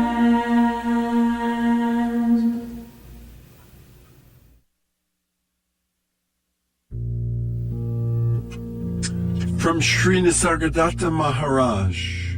Questioner, are you not advising escape? Maharaj, on the contrary, the only way to renewal lies through destruction. You must melt down the old jewelry to formless gold before you can mold a new one. Only the people who have gone beyond the world can change the world. It's never happened otherwise. The few whose impact was long-lasting were all knowers of reality, reached their level, and then only talk of helping the world. Questioner, it is not the rivers and mountains that we want to help, but the people. Maharaj, there is nothing wrong with the world, but for the people who make it bad. Go and ask them to behave. Questioner, desire and fear make them behave as they do. Maharaj, exactly. As long as human behavior is dominated by desire and fear, there is not much hope. And to know how to approach the people effectively, you must yourself be free of all desire and fear. Questioner, certain basic desires and fears are inevitable, such as are connected with food, sex, and death. Maharaj, these are needs, and as needs, they are easy to meet. Questioner, even death is a need? Maharaj, having lived a long and fruitful life, you feel the need to die. Only when wrongly applied, desire and fear are destructive. By all means, desire the right and fear the wrong. But when people desire what is wrong and fear what is right, they create chaos and despair. Questioner, what is right and what is wrong? Maharaj, relatively, what causes suffering is wrong. What alleviates it is right. Absolutely, what brings you back to reality is right. And what dims reality is wrong. Questioner, when we talk of helping humanity, we mean a struggle against disorder and suffering. Maharaj, you merely talk of helping. Have you ever really helped a single person? Have you ever put one soul beyond the need of further help? Can you give a man character based on full realization of his duties and opportunities at least? And if not, on the insight into his true being? When you do not know what is good for yourself, how can you know what is good for others? Questioner, the adequate supply of means of livelihood is good for all. You may be God himself, but you need a well-fed body to talk to us. Maharaj, it is you that need my body to talk to you. I am not my body, nor do I need it. I am the witness only. I have no shape of my own. You are so accustomed to think of yourselves as bodies, having consciousness, that you just cannot imagine consciousness as having bodies. Once you realize that bodily existence is but a state of mind, a movement in consciousness, that the ocean of consciousness is infinite and eternal, and that when in touch with consciousness, you are the witness only, you will be able to withdraw beyond consciousness altogether. Questioner, we are told that there are many levels of existence. Do you exist and function on all the levels? While you are on earth, are you also in heaven? Maharaj, I am nowhere to be found. I am not a thing to be given a place among other things. All things are in me, but I am not among things. You are telling me about the superstructure while I am concerned with the foundations. The superstructures rise and fall, but the foundations last. I am not interested in the transient while you talk of nothing else. Questioner, forgive me a strange question. If someone with a razor-sharp sword were suddenly to sever your head, what difference would it make to you? Maharaj, none whatsoever. The body will lose its head. Certain lines of communication will be cut. That is all. Two people talk to each other on the phone, and the wire is cut. Nothing happens to the people.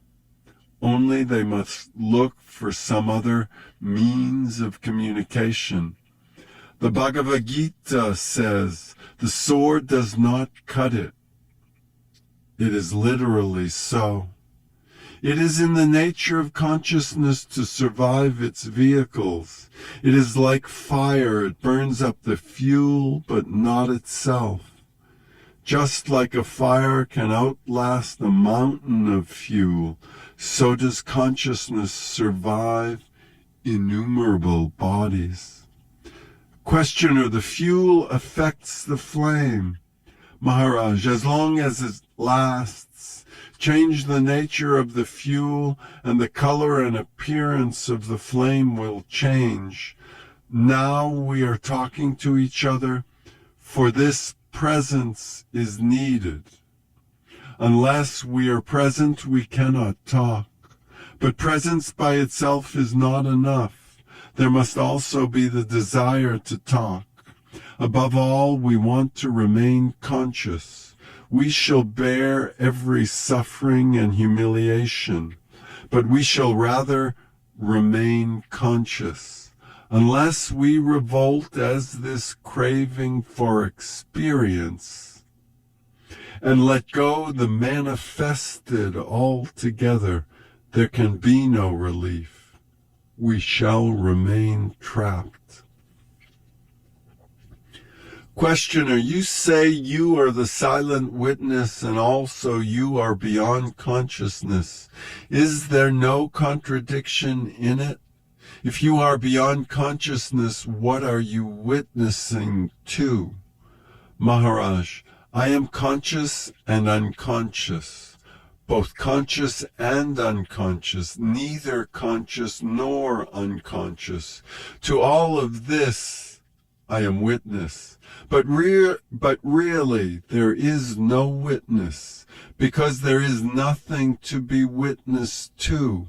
I am perfectly empty of all mental formations, void of mind, yet fully aware. This I try to express in saying that I am beyond the mind. Questioner, how can I reach you then? Maharaj, be aware of being conscious and seek the source of consciousness. That is all. Very little can be conveyed in words. It is the doing as I tell you that will bring light, not my telling it to you. The means do not matter much. It is the desire, the urge, the earnestness that counts.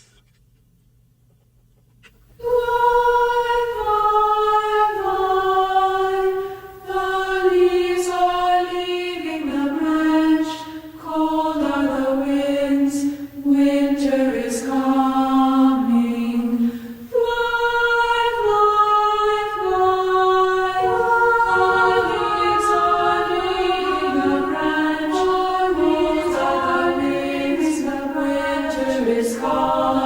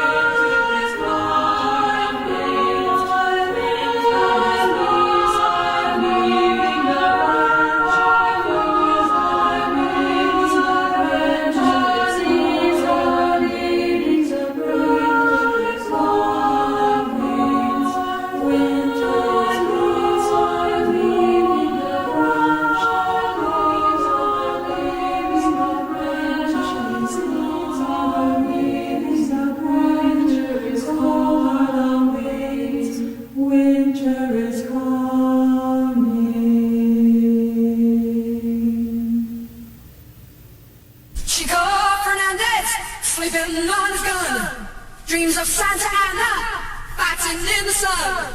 Drums on up from both sides, makes it hard to dream. A blue is falling hard and fast, makes it all seem real.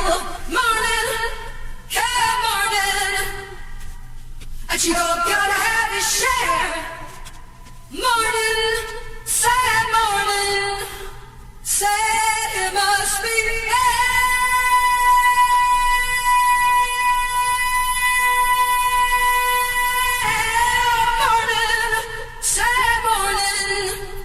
Well, I laugh and I cry and I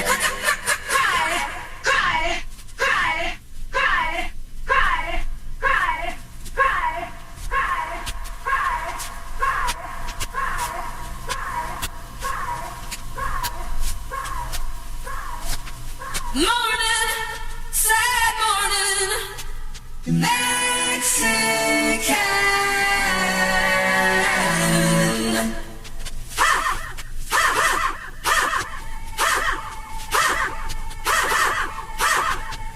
Senorita's pining, she go coming home. Santa Ana's losing, you'll be first to go. Sam Houston's laughing, David Crockett too. When Anna takes the Alamo, the first to go is you. Morning, come morning, and you go gotta have your share. Morning, sad morning, heaven will be there.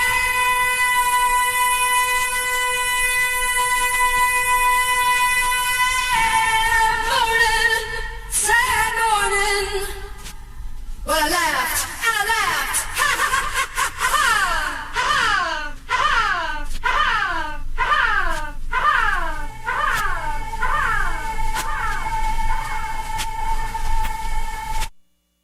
ha.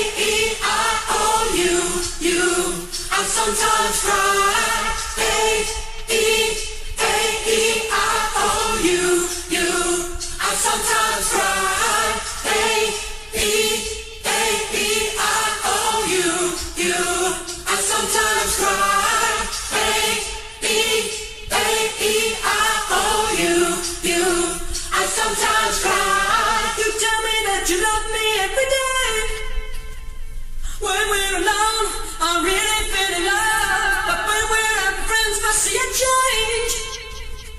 You treat me bad, I feel like second best. I want you love, I want you love. Give me your love, give me your love. That's how I feel. I want it to be real. I want you love, I want you love. Give me your love, give me your love. I need your touch, and I owe you so much. H-E-A-E-I-O-U, you. I sometimes cry. H-E-A-E-I-O-U, you. I sometimes lie. H-E-A-E-I-O-U, you. I sometimes cry. H-E-A-E-I-O-U, you. I sometimes lie. Do you realize something she said? I know you do. It makes me so confused. I'm sure this ain't the way that love should be. Let's get it right. It's much too good to lose. I want you love, I want you love. Give me love, give me love. That's how I feel, but I want it to be real. I want you love, I want you love. Give me love, give me love. I need your touch, and I owe you so much. H-E-A-E-I-O-U, you. I sometimes cry. H-E-A-E-I-O-U, you. I sometimes lie. H-E-A-E-I-O-U, you. I sometimes cry.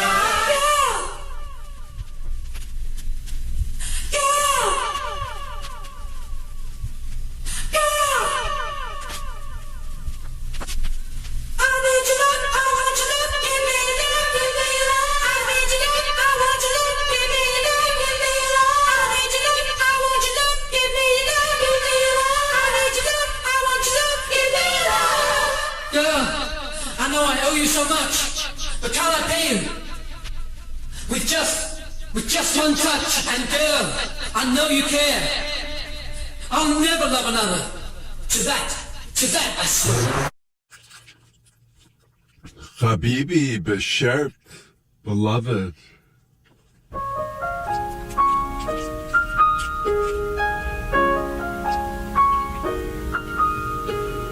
Here comes the sun, little darling. Here comes the sun. I say it's alright. It's alright. Here comes the sun, little darling. Here comes the sun. I say it's alright. It's alright.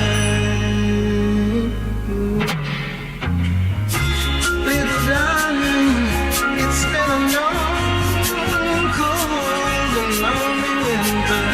Little darling, it feels like years since you've been here.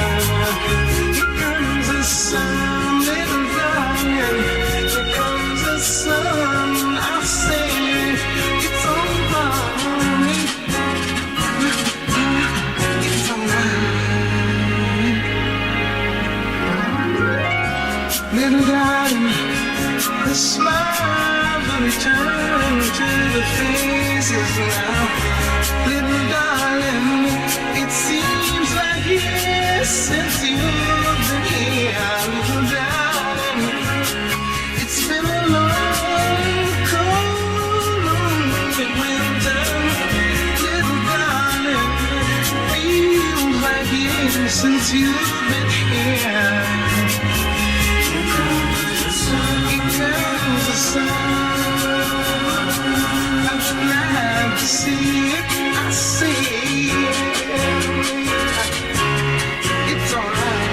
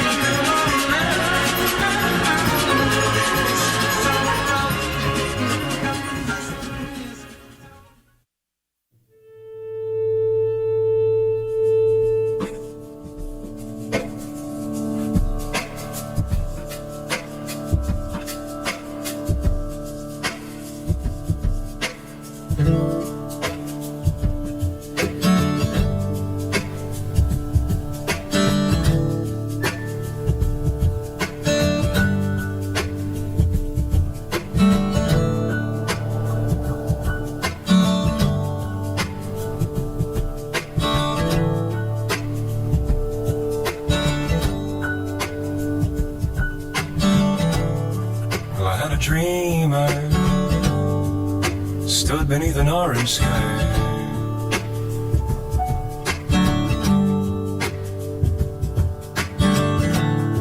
Yes, I had a dream, I stood beneath an orange sky, with my brother standing by, with my brother standing by.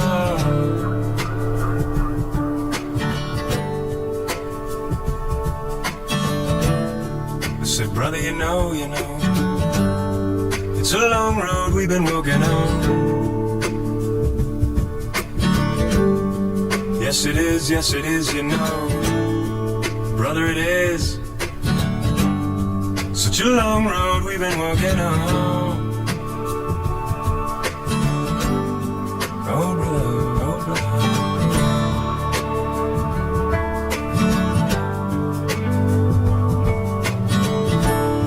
And I had a dream, I stood beneath an orange sky, with my sister standing by, with my sister standing by.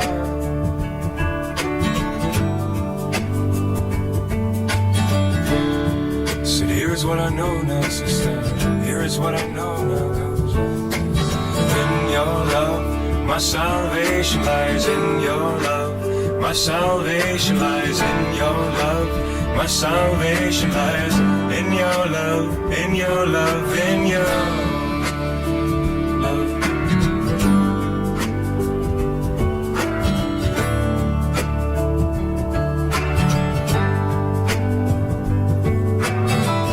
Oh, but you know I am so weary. My heart's been broken now. Sometimes my mind is too strong to carry on. Too strong to carry on.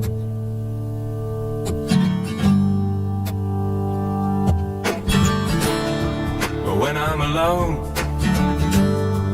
when I've thrown off the weight of this crazy stone, when I've lost all care for the things I own, that's when I miss you. That's when I miss you, you who are my home. You are my home now.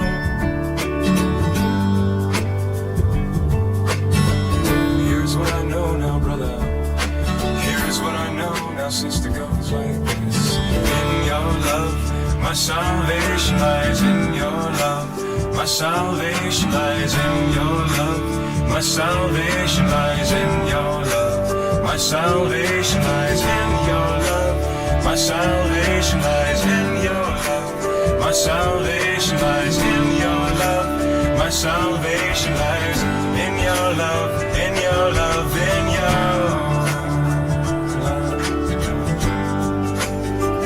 your love now.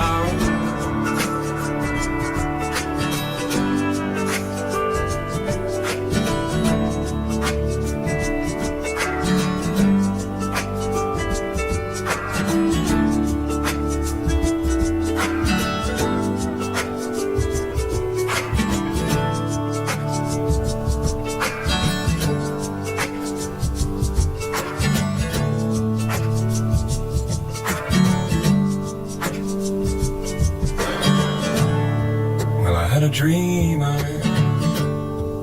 stood beneath an orange sky, with my brother and my sister standing by, with my brother and my sister standing by now, with my brother and my sister standing by.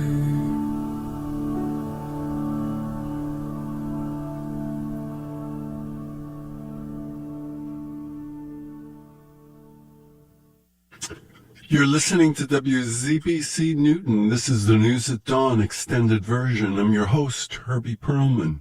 You can check in if you'd like, 617-552-4686. We're going to go with another episode of Radio Eco Shock this morning. Hope you enjoy it. This is Radio Eco Shock with Alex Smith.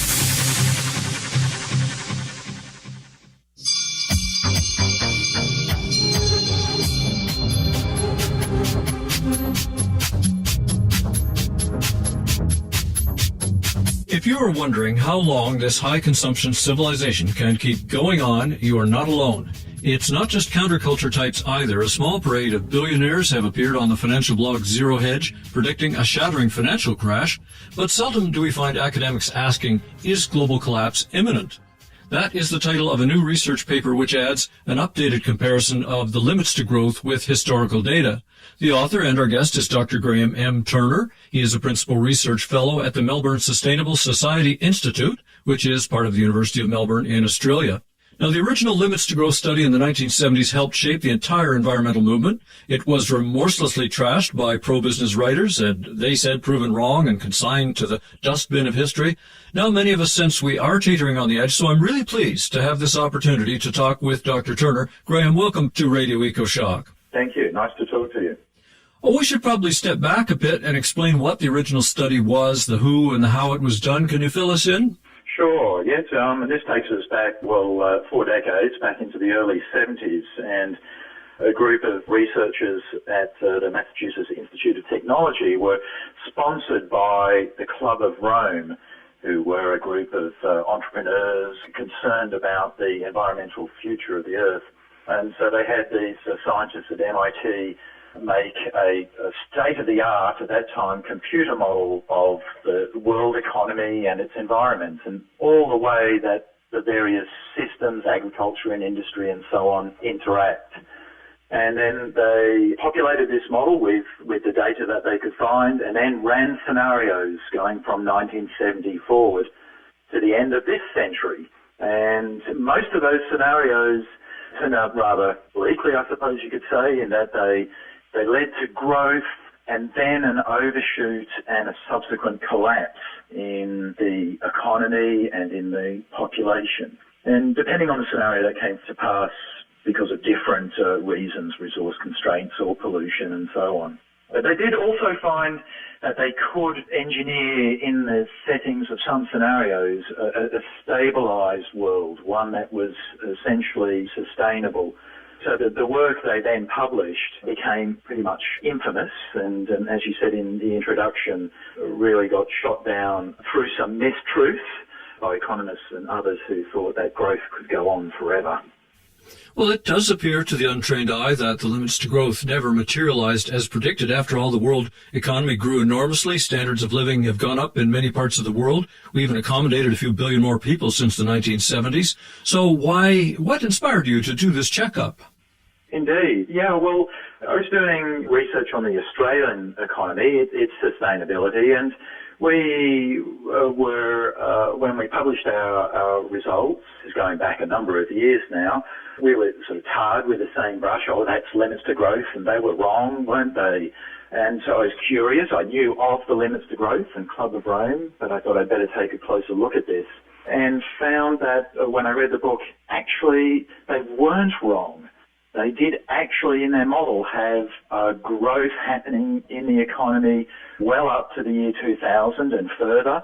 So what the critics had said was blatantly wrong. And then, having read the book and looked at the scenarios, it occurred to me that we had a rather unique chance to compare what has actually happened in the 30 and then 40, now 40 years since they ran their models out into the future. We could compare real-world data with their various scenarios. So that's what I've done most recently. Well, let's talk through a couple of case studies comparing what was predicted in the Limits to Growth to what has actually happened. And why don't we start with their economic predictions versus what is happening right now? Sure. So So if you take, I suppose these days we would call it their business as usual scenario. That wasn't their label, but... Can I just stop you there, Graham? What do we mean by business as usual? We use that pretty casually. What does it really mean? Well, it means that we keep doing things basically the way that we've been accustomed to. We keep being more productive and getting higher and higher efficiencies. It means we might continue our increasing trends in consumerism, buying more and more material goods and so on, that sort of thing. Basically, our economy operating as usual. Why don't we return then to, I'm sorry I interrupted, but it just struck me that we don't really always define our terms very well. So what did they say would happen with the economy, and what is happening in your view? Sure. So in the business as usual scenario, they saw that population did indeed keep increasing, through the 6 to now 7 billion level. They saw that industrial output continued to grow, and that sector producing goods for the population meant that then everyone was getting wealthier in their model on average. This is a global average.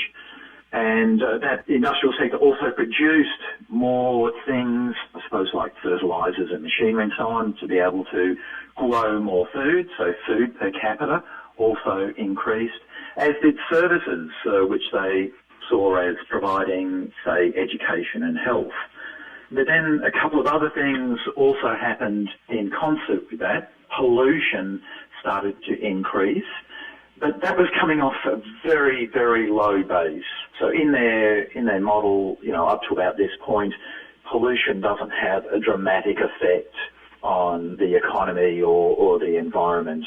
And then sort of the other sort of major piece of the model was that resources, non-renewable resources, were continued to be used by the industrial sector, and so they were dropping down from their initial very high abundant level. So that takes us to about this point in our history. Well, but it seems to me, reading this paper, you've almost returned to the peak oil scenario, saying the ever-increasing diversion of capital into more difficult to extract fossil fuels like the tar sands or deep oil drilling. You say that's, quote, the primary cause of the collapse of the business-as-usual scenario. Could you explain that? Yeah, that's right. And there's data lining up with all of this, development, as we've seen. We know from the real-world data that population and industrial output per capita and so forth has increased actually the way that scenario pans out. And it occurred to me that since in the business-as-usual scenario, the key mechanism was about resources getting harder to get, not disappearing altogether. They never disappear altogether, never actually get exhausted, but that they get harder to get. And that sounded to me a lot like the peak oil issue. And so I've looked further into that, and we know that basically our production rate of conventional or the easy oil appears to have peaked in recent years. And, you can still debate the actual year, but there's much greater consensus that easy oil production rate has peaked. And therefore, we're now moving into the more difficult to get resources, the deep water supply, the shale oil, shale gas. And the key here, although it's a really vast resource, we shouldn't confuse a stock with a flow or a tank with a pipe, because the issue is how difficult it is to get those resources out of the ground. And that appears to be the case with some of these shale oil and shale gas and so forth. They take a lot of capital, a lot of energy. And so you draw that away from the rest of the economy. In fact, you take it away from the industrial sector itself. There are more tankers and pumps and so forth being used in the resource sector. And that means that the industrial sector can't replace its degrading capital as well. It doesn't keep up with its aging, and consequently its output actually starts to fall. And that's the key mechanism in the limits to growth business as usual scenario that leads to collapse. And in some regards that appears to be playing out right now.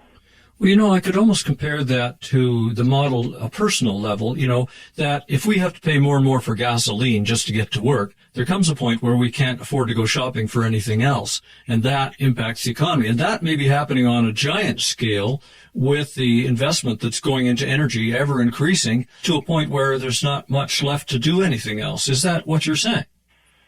That's right, and that's a good analogy at the household level, that you're having to spend more on being able to commute into work. But the irony is you then can't buy more things in order to support the economy. And indeed, I'm suggesting in the paper I published that we could look closer at the issue of peak oil as a potential trigger for the global financial crisis.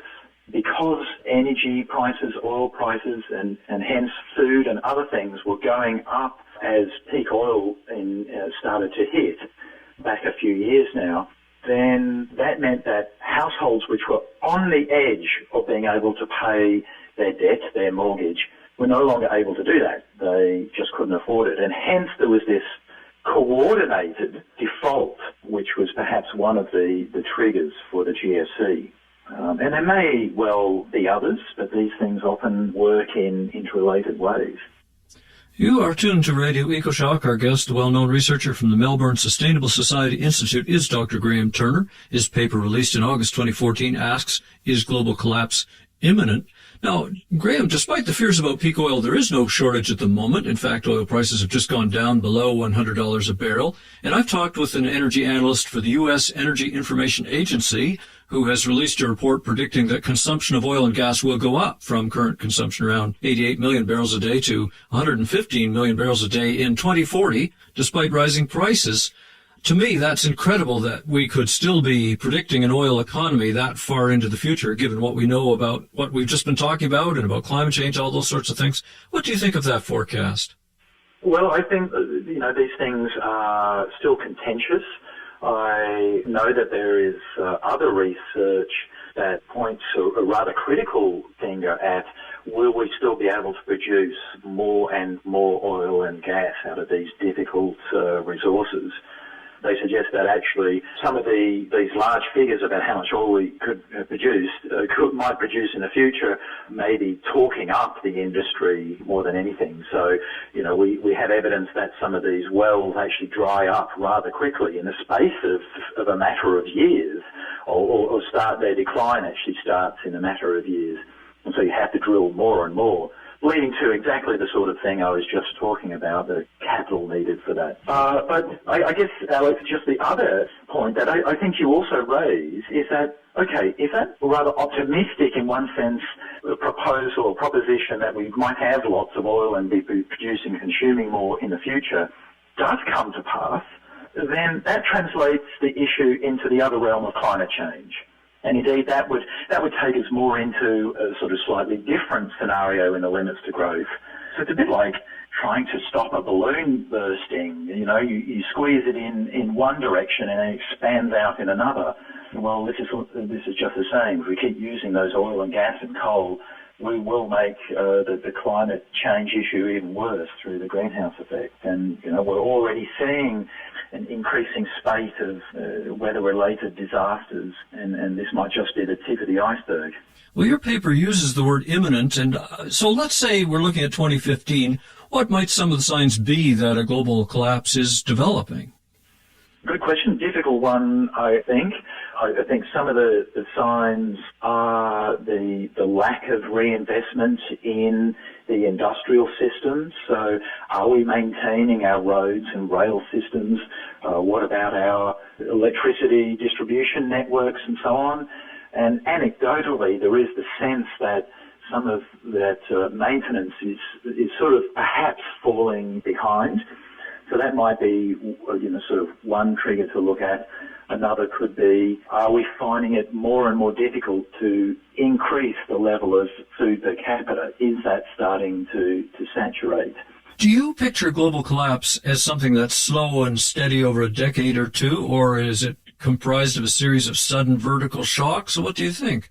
No, Alex, that really gets into a much harder domain. It's sort of this butterfly wing effect where the trajectory could go very many different ways, depending on what might seem like a small event somewhere in the world could trigger, wars or the opposite. Perhaps a global leader will appear on the scene, although that seems highly unlikely. Yeah, and the limits to growth model and the scenarios in there, as they play out, they show a fairly rapid decline in things. So population starts to fall at about 500 million per decade from about 2020, 2030 in the business as usual scenario. Industrial output per capita actually falls much faster and earlier, so it's one of the sort of canaries in the cage. But whether that actually plays out in reality is, as I said, it's really sort of speculation. Very difficult to tell. It is. Now, your report worries about the astronomical levels of debt piling up around the world, and you go on to say this debt could have a negative impact on our environment. That intrigued me. How would that work? Well, I guess the issue is that even if there was a large realization that we've perhaps pushed the environment and resource use a bit too far, perhaps even if we had the intention, the motivation to try and get on a sustainable path, now we've built up these high levels of debt which aren't still really paid off around the world. And so it becomes very difficult to see how we could finance the changes we made, because we need to make massive changes sort of through our industrial system into getting into renewable resources and so forth. Although one of the things out of my research, which is sort of not directly in the limits to growth modelling, is what comes out of this other research is that perhaps an easy sort of strategy would be if we could coordinate through government control a decrease in the working week, so that over time, over many decades, people actually worked shorter and shorter weeks. Of course, that is going to play into incomes, which then would mean that we wouldn't be able to consume as many material things. But at the same time, we should be able to have better lives by spending time with our family and friends and so forth. And this sort of mechanism would ease the pressure on the economy and it would ease the pressure on the environment. But for that to actually happen now, where so many people in wealthy countries have a mortgage to, eventually try and own their home, it's very difficult to see how people would be willing to take smaller incomes when they're trying to pay off their home. Right, and sadly, it seems to be going the other way around in North America. There are people working 2 and 3 jobs, a lot of part-time jobs, hardly any life after work. And so perhaps in Europe, it's more advanced in the sense of getting a month or 2 off in the summer, that sort of thing. We've got a long way to go to achieve what you've just talked about. But is it possible that humans can respond in some way to avoid the collapse of the global system, whether we have alternative energy resources, we have emphasis on local food production, we've got all sorts of tools? Can we say that we have what we need to avoid collapse already showing up? But I think it's from a physical sense, it's perfectly feasible that we can avoid some collapse, or at least ameliorate things, if indeed it was the early stages of things happening, or in the next decade or so. I think the physical, sort of technological side of things is fine. We know what we can do. It's really an issue of, is there the willingness to do that? And that has to happen on many levels, right at the household level, all the way up to national governments and international bodies. And I suppose it's at that level that I don't see the coordination being there. So part of my message is that it's wise for people to perhaps take things into their own hands a little bit more and not necessarily rely on government. And maybe this is as simple as just learning a new sort of very basic life skill, just growing some vegetables in the backyard, maybe making some bread or cheese, something like that. It's not about wearing hair shirts and stocking cans in the cellar under the cans of tin food in the cellar of the house. Well, something I've been tossing around in my own mind, it's not really in your paper, but it's something you may have considered as well, and that is a recent guest warned us we should never wait to be vindicated. Even if events turn out the way we predict, the survivors will still rewrite history to suit themselves, and there's not much joy for you and me if we turn out to be right and everything goes downhill badly and quickly. Is there any point to studying where we are and where we might be headed? Is there any point to studying where we are and where we might be headed? Well, yeah, I think it's, we have to do our best to be as prepared as we can. We have to, although I'm ringing some warning bells here that a collapse may be imminent, it may not come to pass, and I hope not, but just being emotionally aware of these things, I think would be a great help if the worst were to happen. And I think then perhaps people wouldn't feel so caught out or surprised and actually get on with the job of readjusting to what might be a rather simpler or maybe more chaotic world. Is there anything I've missed that you would like to tell our listeners in parting?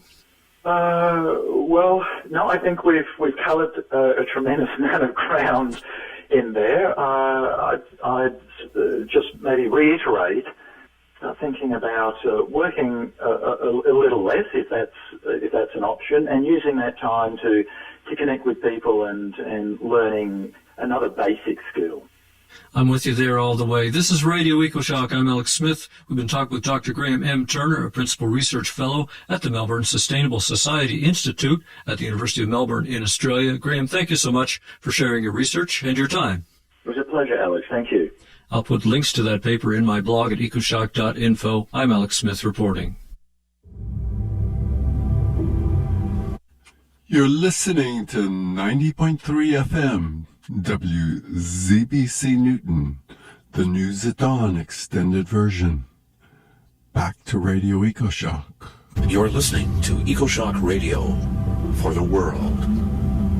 I'm Alex Smith. Get it all at our website, ecoshock.org. Coming up, a Canadian forest fire expert on the record boreal and Arctic fires in 2014. One scientist calls them, quote, a major event in the life of the Earth system, end quote.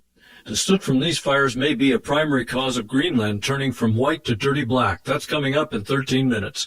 But first, there is another world out there. That's the flow of business, oil, and governments towards an increasing high-carbon future. It's stunning to consider, but the majority view is that the world will produce, consume, and burn ever more oil, gas, and petroleum.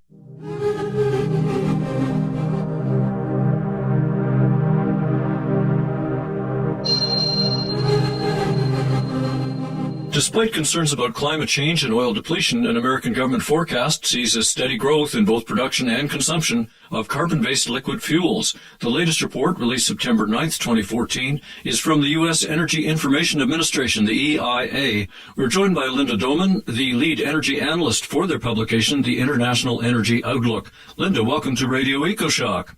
Well, thank you very much. First of all, how do we define liquid fuels? When we talk about liquid fuels in the context of the International Energy Outlook, we're talking about petroleum and other liquid fuel products, and that'd be the biofuels, coal to liquids, gas to liquids, natural plant liquids, and crude and least condensate. So all of the liquid fuels that we would ordinarily use as a proxy for oil. It's interesting that you include coal to gas in this forecast. Do you see a growth in conversion of coal to petroleum products? We really see very little in our outlook, and I should say in our outlook, I'm talking about a reference case projection, so it's kind of a business as usual.